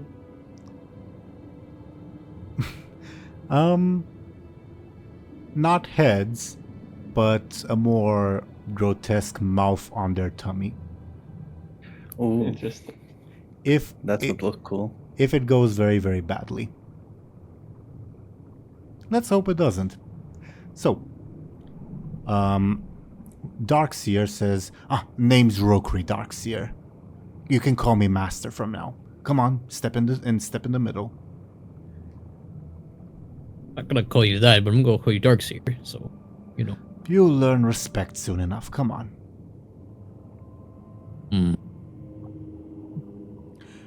Wait, Bud, Yeah? are you sure about this? If it gets rid of the demon. Alright, fine. Easily convinced. Moore gives perhaps the last thumbs up, who knows, to Bladebeard before walking in. I want you to stand very, very still and try to bear through the pain. If I make a single mistake, well, it'll cost your head. I only have the one head. Alright, let us begin. And the warlock begins chanting magic. The altar of storms, its eyes begin glowing as well. The warlock casts feel free to interrupt me at any point. The warlock casts a bolt of energy in the air that is met by similar bolts of energy from the eyes. They meet. Wait, in the air? Water. Screw you. I'm joking. I'm joking. I'm kidding. Yeah. In the proverbial air, and as they converge, they surge down towards Moarg. I need a forceful roll from you, Moarg, to see if you bear with the pain. Alright, I will be prepared using things. Probably. Okay.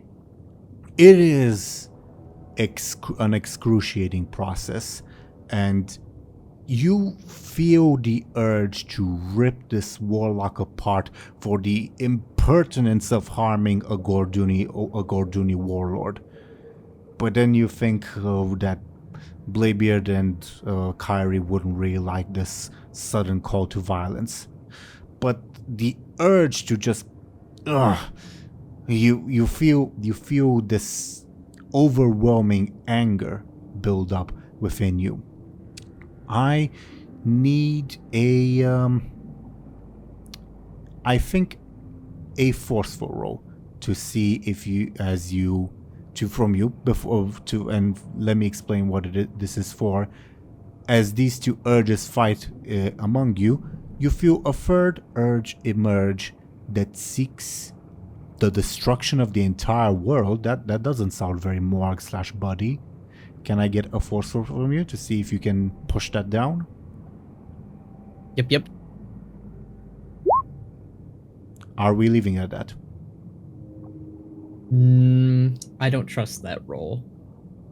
I feel like a 3 is not enough. I will... let's see. Yes. I will use... yeah, I will apply an aspect by using a token. Alright. What are you invoking? I am invoking former warlord. He is not about to be bound to some demon's wishes. He is Moarg, and he is also Bud, but he is not this demon. True. Are you using it to give yourself +2 or to reroll? I mean, I imagine a 5 is good. The higher the better, of course. I could run the risk of doing another roll. Is like 5 bad though, or are there a 3 bad? Like, is that mathematic wise? 5 is the most average possible roll that you can get. In terms of like dice, just dice. Alright, I'll run the risk of re-rolling. I know it always bites me when I do that, but Gamba. I can always throw another aspect on. Let's see it. Good, good. Sick. You, again, as you feel this urge push, like try to assert itself that yes, you should burn this entire world and hand it over to Sargeras. You've never uttered above what I imagine Bud/Moarg have never uttered that word before. You don't necessarily know where you come from. You feel yourself, how dare this demon try to assert itself? How dare it try to dominate you? You ought to send it back to the twisting nether the way your mother sent back all the demons that the fancy pantsy elves summoned against your kin. And you also feel a similar urge. Yes, that you are buds. You have to protect your friends. You won't allow a demon to overwhelm you, to take over your instincts. And above board, the demon is not completely vanished, but subdued by both Bud and Moarg. And as you find yourself with this realization that you are the ogre who has been traveling with Bladebeard, Benjamin, and Lyri. You have defended them, you fought alongside them, you have done the best you can in order to assist them in their travels, and of course they have assisted you in your own endeavors as well, more or less. But you also remember yourself as the invincible Gorduni warlord Moarg, the almost first in line, proverbially, to the throne of Dire Maul, the future conqueror of Dire Maul as you imagine yourself, not just of Dire Maul, but of nearby Ferolos as well, the one who grew on his mother's teachings, the one who saw his mother die before him thanks to the Pansy elves, the one who lost his family when they refused to honor your Gorduni warlike ways. You find both of these natures in conflict. I'll require a careful from you to see how well you gel these two together. Okay. Alright. Your personalities separate almost, and yet they remain almost in harmony. Above board, unless you want to improve your roll, do let me know. Is that a bad roll or a good roll? On the good side, though it could be better. Yeah, we'll throw another aspect in there. Where are you looking? I'll use Pirate Chief Captain this time. He feel like he'd want more harmony with his other self if there is to be another self within himself. That's a word. That's a mouthful. Makes sense to me. And yeah. At first, these two sides of you appear in conflict, and you feel the urge to use your right hand to punch the left side of your body, and it almost feels like the left side of your body isn't in control of your right side of the body, and vice versa. But then you, as the various erratic magics stabilize around you, this coordination calms down, settles down, for lack of a better word. And though you are now Moarg, the warlord, and Bud, the pirate chief captain, you are both of these things, you feel like the left side of your body is more so one thing and the right side the other thing, and I will leave that choice up to you as to which side would be which side. You feel like your two natures, though different, and though they may speak individually, they are nevertheless united in their goals, and they will not conflict with each other. Above board, if you do, in general, above board, ogre magi or two-headed ogres, they can vary a lot on how coordinated they can be. Like, there's, on the good side of the spectrum, if you read the Imperator Margok short story, his two heads are completely in sync. On the other side, there's, for instance, a boss in Hellfire Citadel, the dungeons, not the raids. Don't remember which one. I think the Shattered Halls, but I could be mistaken. Where the two heads are so completely at odds that at one side is in control and marches in one direction, and the other side is in control at other times. They march in different directions. Those are sort of the two extremes. Morg / Bud / whatever construct you wish to name yourself as, you find yourself more on the good side, though obviously not to the level of control that, say, Imperator Margok had. Not that he's like your ancestor, just using him as an example.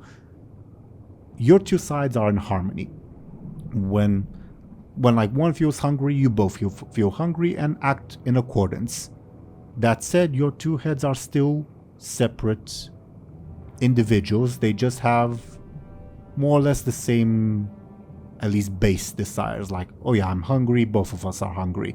Not, oh, I'm hungry but my other head isn't hungry and we're gonna argue about it. Does that make sense? Yes. Good. And would there be another roll required? Yes, give me a clever, please.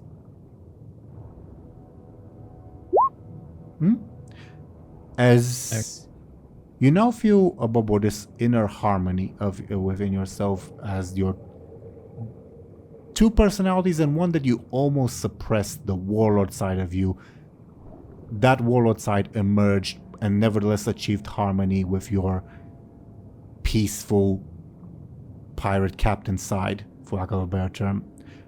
You also now feel the intended effect, the actual intended effect of the ritual begin, as you feel magic growing within you. And here's a decision that I'd like you to think on for next time. Morg, what kind of ogre mage you would be? As in warlock, mage, shaman, all that. I think I have a very good idea of what I would. I think we all do. What? Knowing you. Paladin. Paladin. Paladin's not an option, but Shadow Priest is. Okay. So Shadow Priest, mage, shaman, or warlock. Monk. You want that answer now or Next time. later? Give me next time. Yeah, Next time. I'll give you a week or however long until next session to think. And DoomGoblin, not monk, because I specifically said magic. Make sense? Yes. Sure. And I think because Evoker buzz. I think we ought to give Khono time to think on how this new entity would act and play, and like which head is the Bud head, which head is the Moarg head, what kind of magic they have, etc. I think it's best that we give Khono time until next week and perhaps wrap up the session here. What do you all think? Yeah. I like. All right. This is fucked. We turned our best friend into an abomination. We? But we just kind of let it happen. I didn't. I made my mind very clear, and you guys disregarded it. So, I mean, to be fair, Lyri just followed. But yeah, above board, a while ago, Khono, not a while ago, not that long ago actually, Khono messaged me that he would like Moarg to wind up with 2 heads. And I said, okay, I'll think of a solution. And I did have this in mind. I did not expect you guys to encounter the Storm Reaver Warlock almost right away above board. I imagined it would take at least a couple sessions before that. And it is not as maybe not a perfect solution, because it required a bunch of dice rolls that could have very well failed. And we could have wound up with a very disharmonious ogre mage, well, maybe not even mage, in place of good Chief Captain Moarg. Now, Khono, this will be a rare thing that is more an exception to the rules. But given the Moarg's new status, I think you can, if you want, change Moarg's high concept, which is something that happens very, very rarely. Like change everything on the sheet, or like I mostly well, the stunt you can change however you'd like. Because the stunt you can change whenever, however, regardless. The aspect is what I'm mostly referring to, but it's specifically the high concept. The high concept above board is something that players can only change like when you hit a major milestone, which happens very, very rarely. I'm making an exception this time because it's a very big event, Khono, that if you want, you can change your character's high concept. Make sense? Okay. As for your stats, your careful, etc., you can switch them around if you want. And by switch them, I mean swap them. So say if you want to, just as an example, swap your clever with your sneaky, yeah, you can wind up with a zero clever and a free sneaky. This is not necessarily exclusive to you. This applies to everyone if they want to change stuff, because this is a feature of the game rules. But I'm mentioning it as sort of extra opportunity if you want to customize your new character further. Make sense? Okay. Yes. Okay. Did not expect two-headed Moarg/Bud, I don't even know what to call them, to be almost the first thing on the agenda of ELI, I'll be honest. Yeah, he may be harmonious, but the name combinations are not harmonious at all. Do let us know. Yeah, that's unfortunate. Maybe he can be like one head is Mo and one is Guard, but then the Bud name is completely gone. I've got a pretty good idea. Maybe his name could be Topmo. There's no direct Tartarus influence there. I'll clarify more. Well, the new entity is still very much a fell ogre. Tartarus has not gone away, but his influence is subdued because Tartarus now basically has to deal with 2 ogres, more or less, that he has to subdue, not just one. 2 ogres, 1 demon. Couldn't he just take control of one side and just punch him in the face multiple times? We'll see. Or punch the other. God, this is going to be so complicated. Stop hitting yourself. Yeah. We'll see. Moarg is this new ogre is more on the harmonious side, not in perfect sync, but still more on the harmonious side, where both sides will act in unison. Even if Khono, your heads may bicker with each other, you'll be more or less in unison based on these roles, right? Yes. Here's a bit of quote-unquote homework for you. Obviously, you don't have to do this. But again, the Imperator Margok short story that came out in Warlords of Draenor is, I think, a very good representation of how two-headed ogres act. Again, Imperator Margok is more on the harmonious side, but I still think it would be worthwhile reading, if that makes sense. Okay. I mean, I had a very, almost, I guess, goal per se on how these 2 heads are going to act in a way, but I also get like the unison thing too. Yeah. Been a minute since I've read that short story. And also again, the ogre mage ritual achieved its intended effect, like because again the intended effect of the ogre mage ritual isn't to make two-headed ogres, that's a side effect. The intended effect is to grant them magical powers and intelligence, and it achieved as such. So again, do let us know by next session which magical powers your new character has gained. I will do it. As to the other stuff that happened this session, I guess, quite a bit of stuff happened. I guess going in chronological not ogre order. Thoughts on, I guess, this whole Mindbreaker situation, just in general. Very mind breaking. It's a bit fucked in it. So I assume that if any of the skeletons or goblins who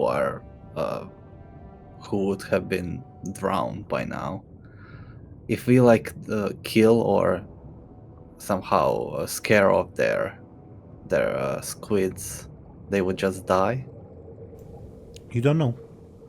We don't know. Yeah, I assume. Like, I was thinking like we should like free those goblins, right? But Yeah, then that's I what was I like- thought too. Like, let's free these guys to have like a real conversation. But then I was like, oh, they're probably gonna die. They're gonna die. I think that's the thing. I will mention the like one goblin that you guys saw that his helmet was broken and water was obviously in it. He was still alive in spite of drowning. 'Cause he Yeah, but was- that's yeah. because of the squid, probably. Yeah, and not to mention, like the troll said, oh, well, let's send away the deep one so everyone can, rest. So, them leaving implies death for everyone. Apparently there's gill goblins and Naga nearby. This is like, oh, not really. Yeah, never mind. There is one type of underwater creature from WoW that's very popular, but we haven't encountered them ever in our games. So I'm interested. Whale sharks. Murlocs. Oh. We haven't seen any Murlocs in this show. And, I will say there have been more Murloc NPCs. You guys have just not encountered them. And funnily enough, you guys cannot see this, but I did like back when I still had a World of Warcraft account, I did film some underwater footage to use for, like, say if you had ever headed to Elalai, and funnily enough, there's a Murloc in this footage just swimming around. So technically, do we have a Murloc in the Ephemeral Orb? Sure, not the Ephemeral Orb. Yeah.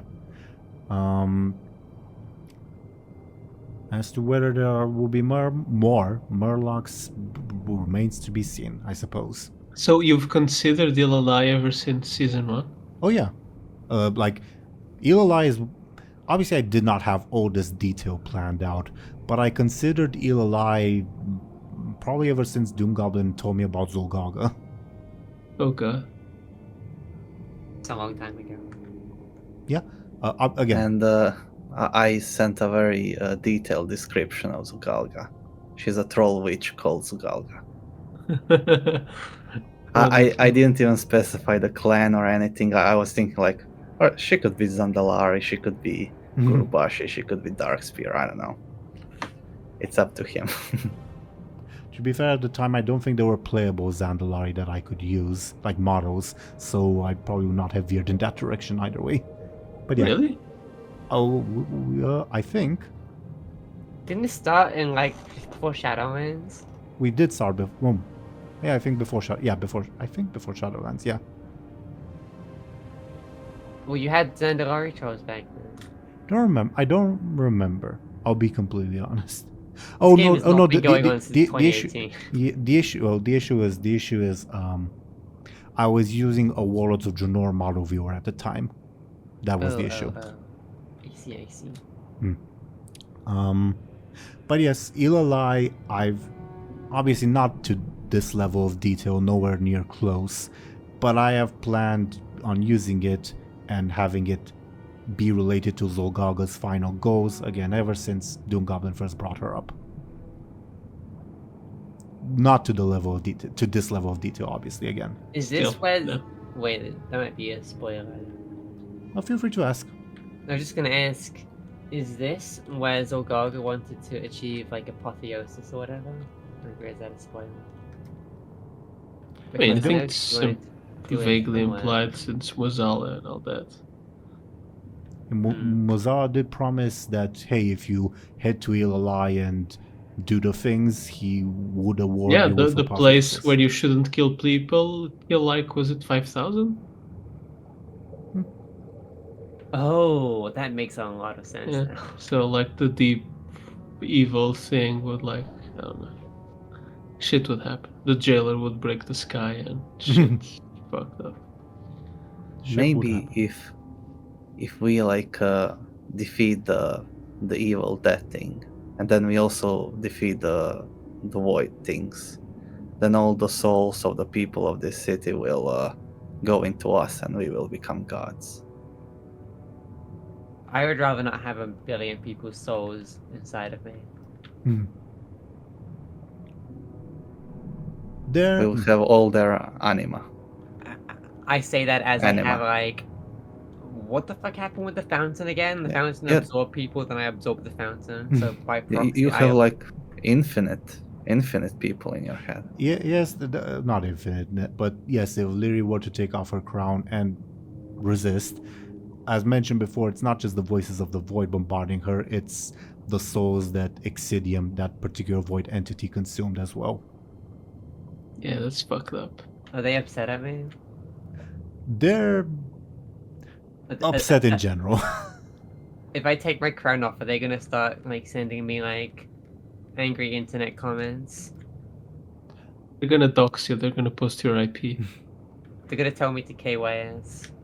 The Among funny other emojis at the end. Among many other things. It's horrible. Hmm.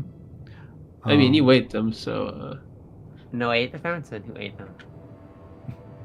The entity in the fountain specifically. Yeah. Thump, have you not heard about the old lady who swallowed the fly? the what? The old lady, there was no lady who swallowed a fly. Mm, I don't know think why so. she swallowed it. I don't know why she swallowed a fly. I guess she'll die. You don't know that? Isn't that the No. one where like she like eats a cat and then Yeah, eats like- a dog and yeah, then like, eats things a just whale eat- or something? Yeah, things just eat each other over and over again. It's like a war book for children. Mhm. I don't like how that's it's true, but I don't like how that's describing it. And that's what it is. But anyway. This is what it is. I hate it. At least she like Anyway. vomits them all out. Doesn't she die in the end or something? The ending is, I guess she'll die, so... You know, I think her fate is pretty sealed. I thought she vomits everyone out and they're all okay. It's just America propaganda. I would say there's a very different piece of literature that inspired this whole thing, and if you look carefully enough at the poem, for lack of a better term, that Sacrum spouted at you guys, you'll probably be able to spot it. If not, I can just say it up to you guys. I mean, limbo is mentioned, and like all the deadly sins, Not all of Wrong. them. Like- Not all of them. some of them. So maybe it's like the circles of hell or It's like something. I don't know. Yeah, Dante's Inferno or Inferno. something. Dante's Inferno. Uh-huh. Do we have Wow. a self-insert too, or what? Mhm. That's kind of you guys, I Yeah. guess. I guess. Though, funnily enough, your guide isn't whichever ancient philosopher guided Dante. It's apparently. It's Virgil. Virgil, thank you. Glasses. Thank you, Zelryn. I mean, what a coincidence! I was playing Devil May Cry before the session. No, fair enough. I guess continuing with like chronological order of events that happened, that would be Sacrum the Ogre and the Tortolans. They were Uh, vibing. I fuck with my cult heavy. I don't. I like them. I want more of them now. I like these guys a lot more I than want fucking... less of them. I like these guys so much more than like the fucking football hooligans we have in I Stormwind. mean, these guys were kind of funny, but like Hard Epic and Well, maybe they Burn just in a spoke fire. normally because they were like underwater. Maybe if we just like, you know, in SpongeBob when they like put the like fishbowl on people's heads so they can stay in Sandy's fucking globe or whatever. Yeah. If we just put that on Hotep, then maybe he can speak normally. I don't know. You never know. I think we can work around his disability. I don't think Hartep's problem is him speaking slowly, but okay. I mean, he helped us in Stormwind. Come on, he did everything we asked of him. Yeah, like murder all bald people. No, that's what I asked of him, not you. Well, that's what I'm saying. You can't be trusted with a cult. That's only because those guys are football hooligans and not these scholars of ancient esoteric knowledge. I did obviously that above board that was improv, but I did like doing the Gospel of Hardtip and how allegorical represented all of you. Yeah, it's so stupid. I love it. See, even you're warming up to them. And I do like that we finally revealed a little bit of Mera's adventures. The fact that they fucked with Hazu and that got the elves killed, except for Yeah, you don't fuck with Azure. except for Lyri's stepmom, who's now being tortured. Did he ask them fuck, marry, kill or what? Zelryn, are you fine with revealing this? I don't remember. It was like a year ago, so sure. Basically, if you remember, you guys swapped Mera for Lyri.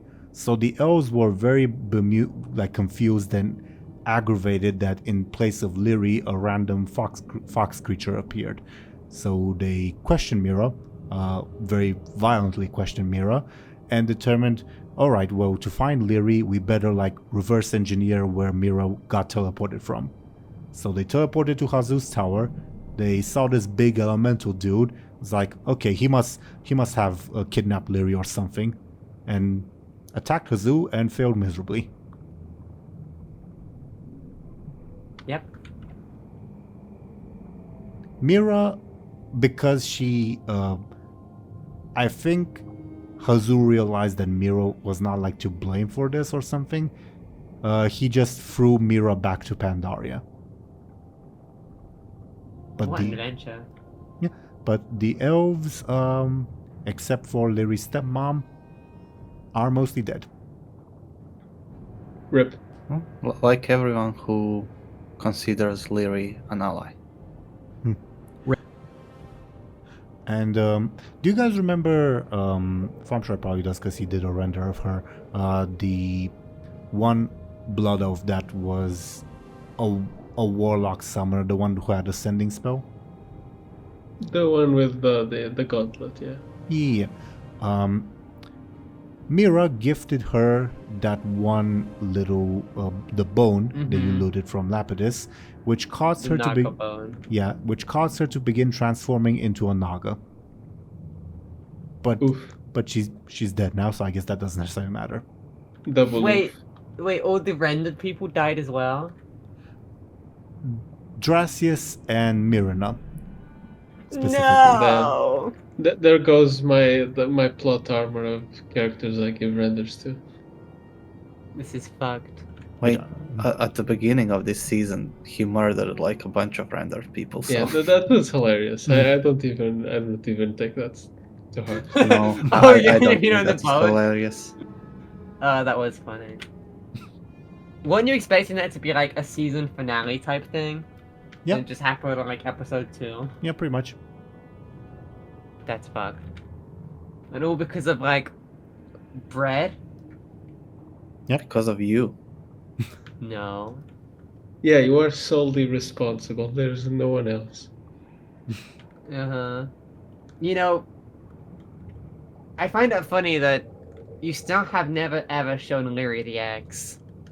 If she knew that you fucking cut her hand off with like a family fucking heirloom, she'd be No, pissed. actually, when Benjamin cut your hand off, I remember very specifically Zelryn that you asked, does Lyri notice that this is like a fancy oven axe? And I answered yes, which I think only pissed off Lyri more at the time. Yeah, but she didn't know it was like an Embersorrow axe. She just knew that it was an elven axe. You'd rather be cut by like a tetanus-filled old woodcutting axe? Well, it's kind of a bit of a slap in the face to have a family at wait. Do they know this lore? They might have from back in the Outland days. I don't remember. Which one? The guy on Outland who was looking for things. Skeleton. Yes. Who? Sorry, I didn't hear. Keltas. No, I don't remember his name. It's been so long since I looked at my backstory. This is bad. Fucking the I feel like it's the Sonic, scryer, but the scryer fellow. Yeah.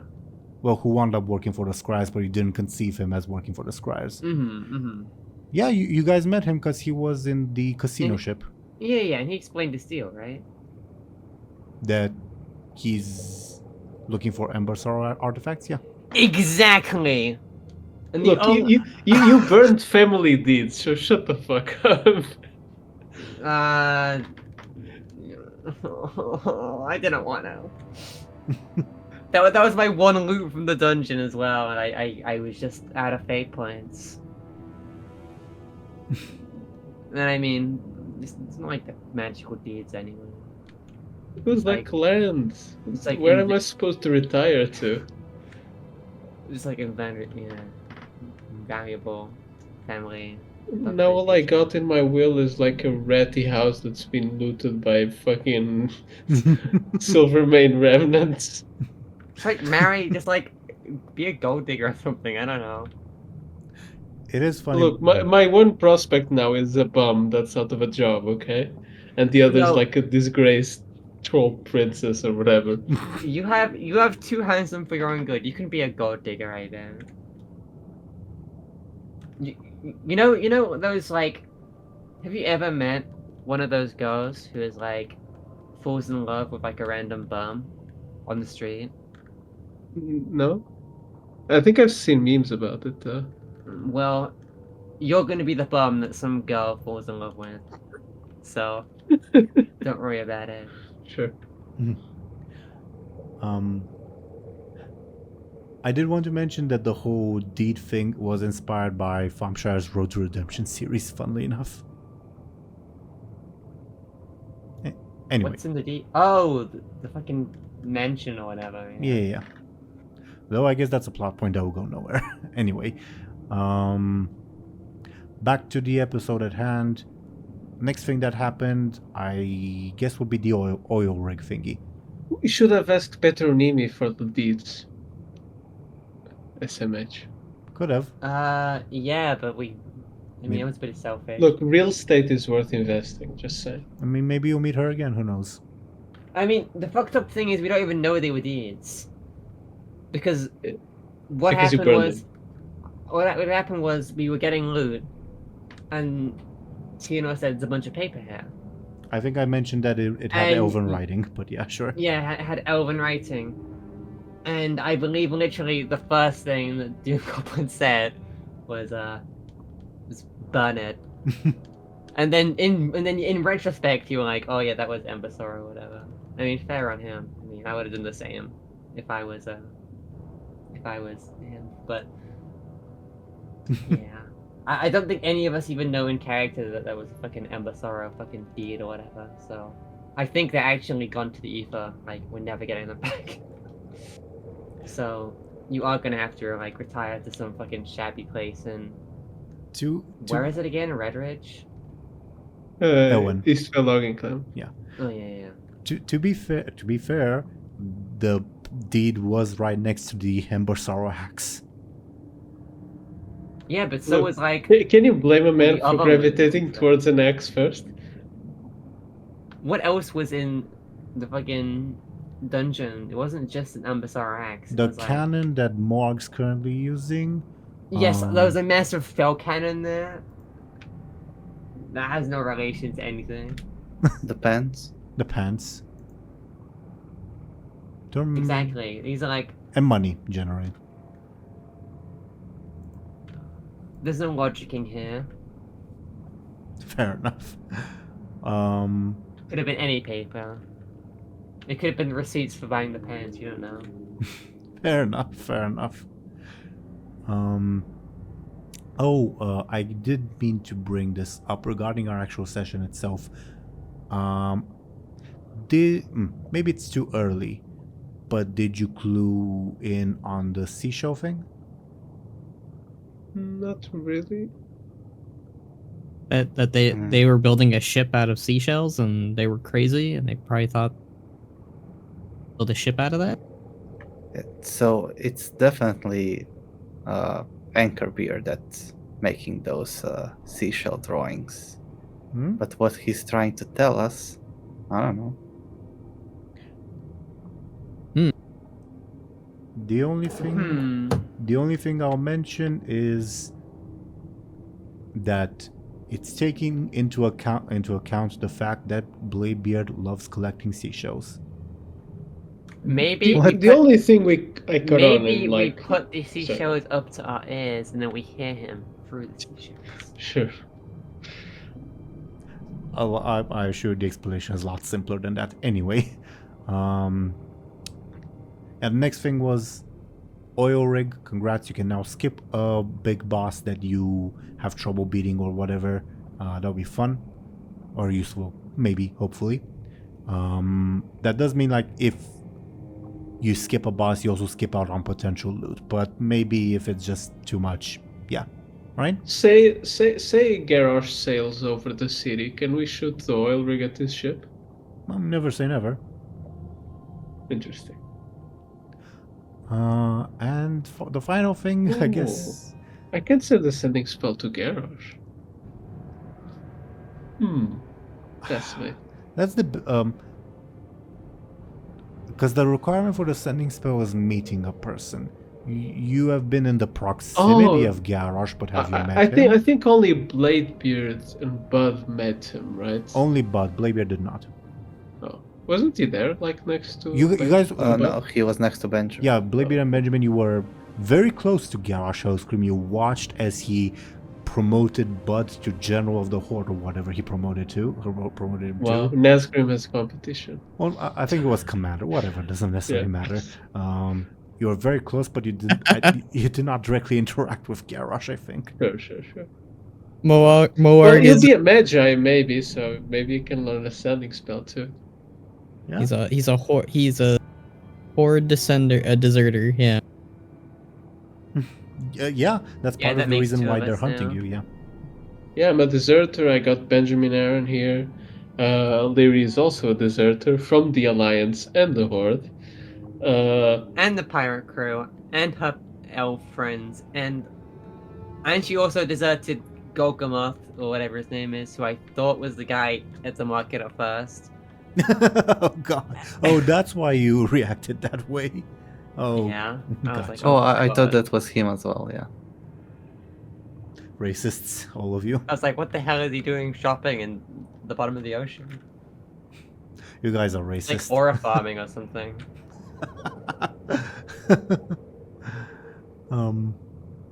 But yeah, on that note, the elephant in the room. I'm curious, Thompshire, DoomGoblin, and Zelryn. What do you? Because this obviously Khono has provided quite a few thoughts about this, but I'm really curious what you guys' opinions are on the new ogre that was just born today. I think it's cool, but Our as friend far as died. making a render goes, goodbye. Goodbye. Yeah? Figure it out. I quit. Oh my god. The official resignation. Well, Wow. well, my thought and Lyri's thought is that our friend has just died, been killed by this orc. And it's sad. So she thinks Moarg is dead. I mean, he kind of is. Yeah, in a sense, kind of. Oh, It's he's Kinda, way- it's kind of like the conundrum we came to with Shallan. Like restoring his memories is kind of killing the new Shallan. I don't know. It's kind of weird. I would say he's even more alive. He's twice as alive as he was. I would He's more twice so the ogre. I would more so lean into DoomGoblin's interpretation as well. But at the end of the day, it's He's up to like Khono. Bud didn't die. Morg was brought back. That's that's what I was thinking too. But of course, Khono is the one who decides at the end of the day how this new character will run. Obviously, there are some parameters that were determined by the dice rolls, and that he now has magic abilities, and that the two personalities are more or less working together. But other than that, the floor is yours. If that makes sense. Wait, can one head be like a mage and the other one be a warlock? Potentially. That has That happened. is how that one. That's how the one boss in Undermine works. One head is a hunter, and the other is a shaman. I know they can be like one is magical, one is a warrior, but Yeah. like can they be two magical things? Yeah, potentially. Like one head is going to be a demon hunter, and one is going to be a warlock. Also, keep in mind that we don't run with the very strict class system that like World of Warcraft has. Benjamin also has a few mage abilities, for instance, even though he's not a mage. What is he? I'm a guy. He's a warrior because he's wearing plate. I mean, but I wasn't wearing plate until season 3. He's just a little guy. Exactly. It's a guy. Blade will be considered a rogue, no matter how many spells he knows and how many magical stuff he has. Yeah, in but his now head. you have like a sneaky that's not great, and you punch people sometimes, and have like lightsabers. I wouldn't call it a rogue. Yeah, he's a rogue. Sure. He's an outlaw rogue. Define your characters however you wish. And Lyri is also a But rogue, like right? Lyri isn't a shadow priest. Like she's I've always considered Rogue. Lyri a bit more of like a sub rogue, but yeah. yeah, she's like an arcane trickster from D&D, Yeah, but with evil void things. that's a very good definition from Thompshire, I think. Anyway, I genuinely really look forward to next session because the new Morg and the reactions to that will be very, very interesting. Yeah. You should just like Photoshop and copy paste his head next to the. I honestly have thought that.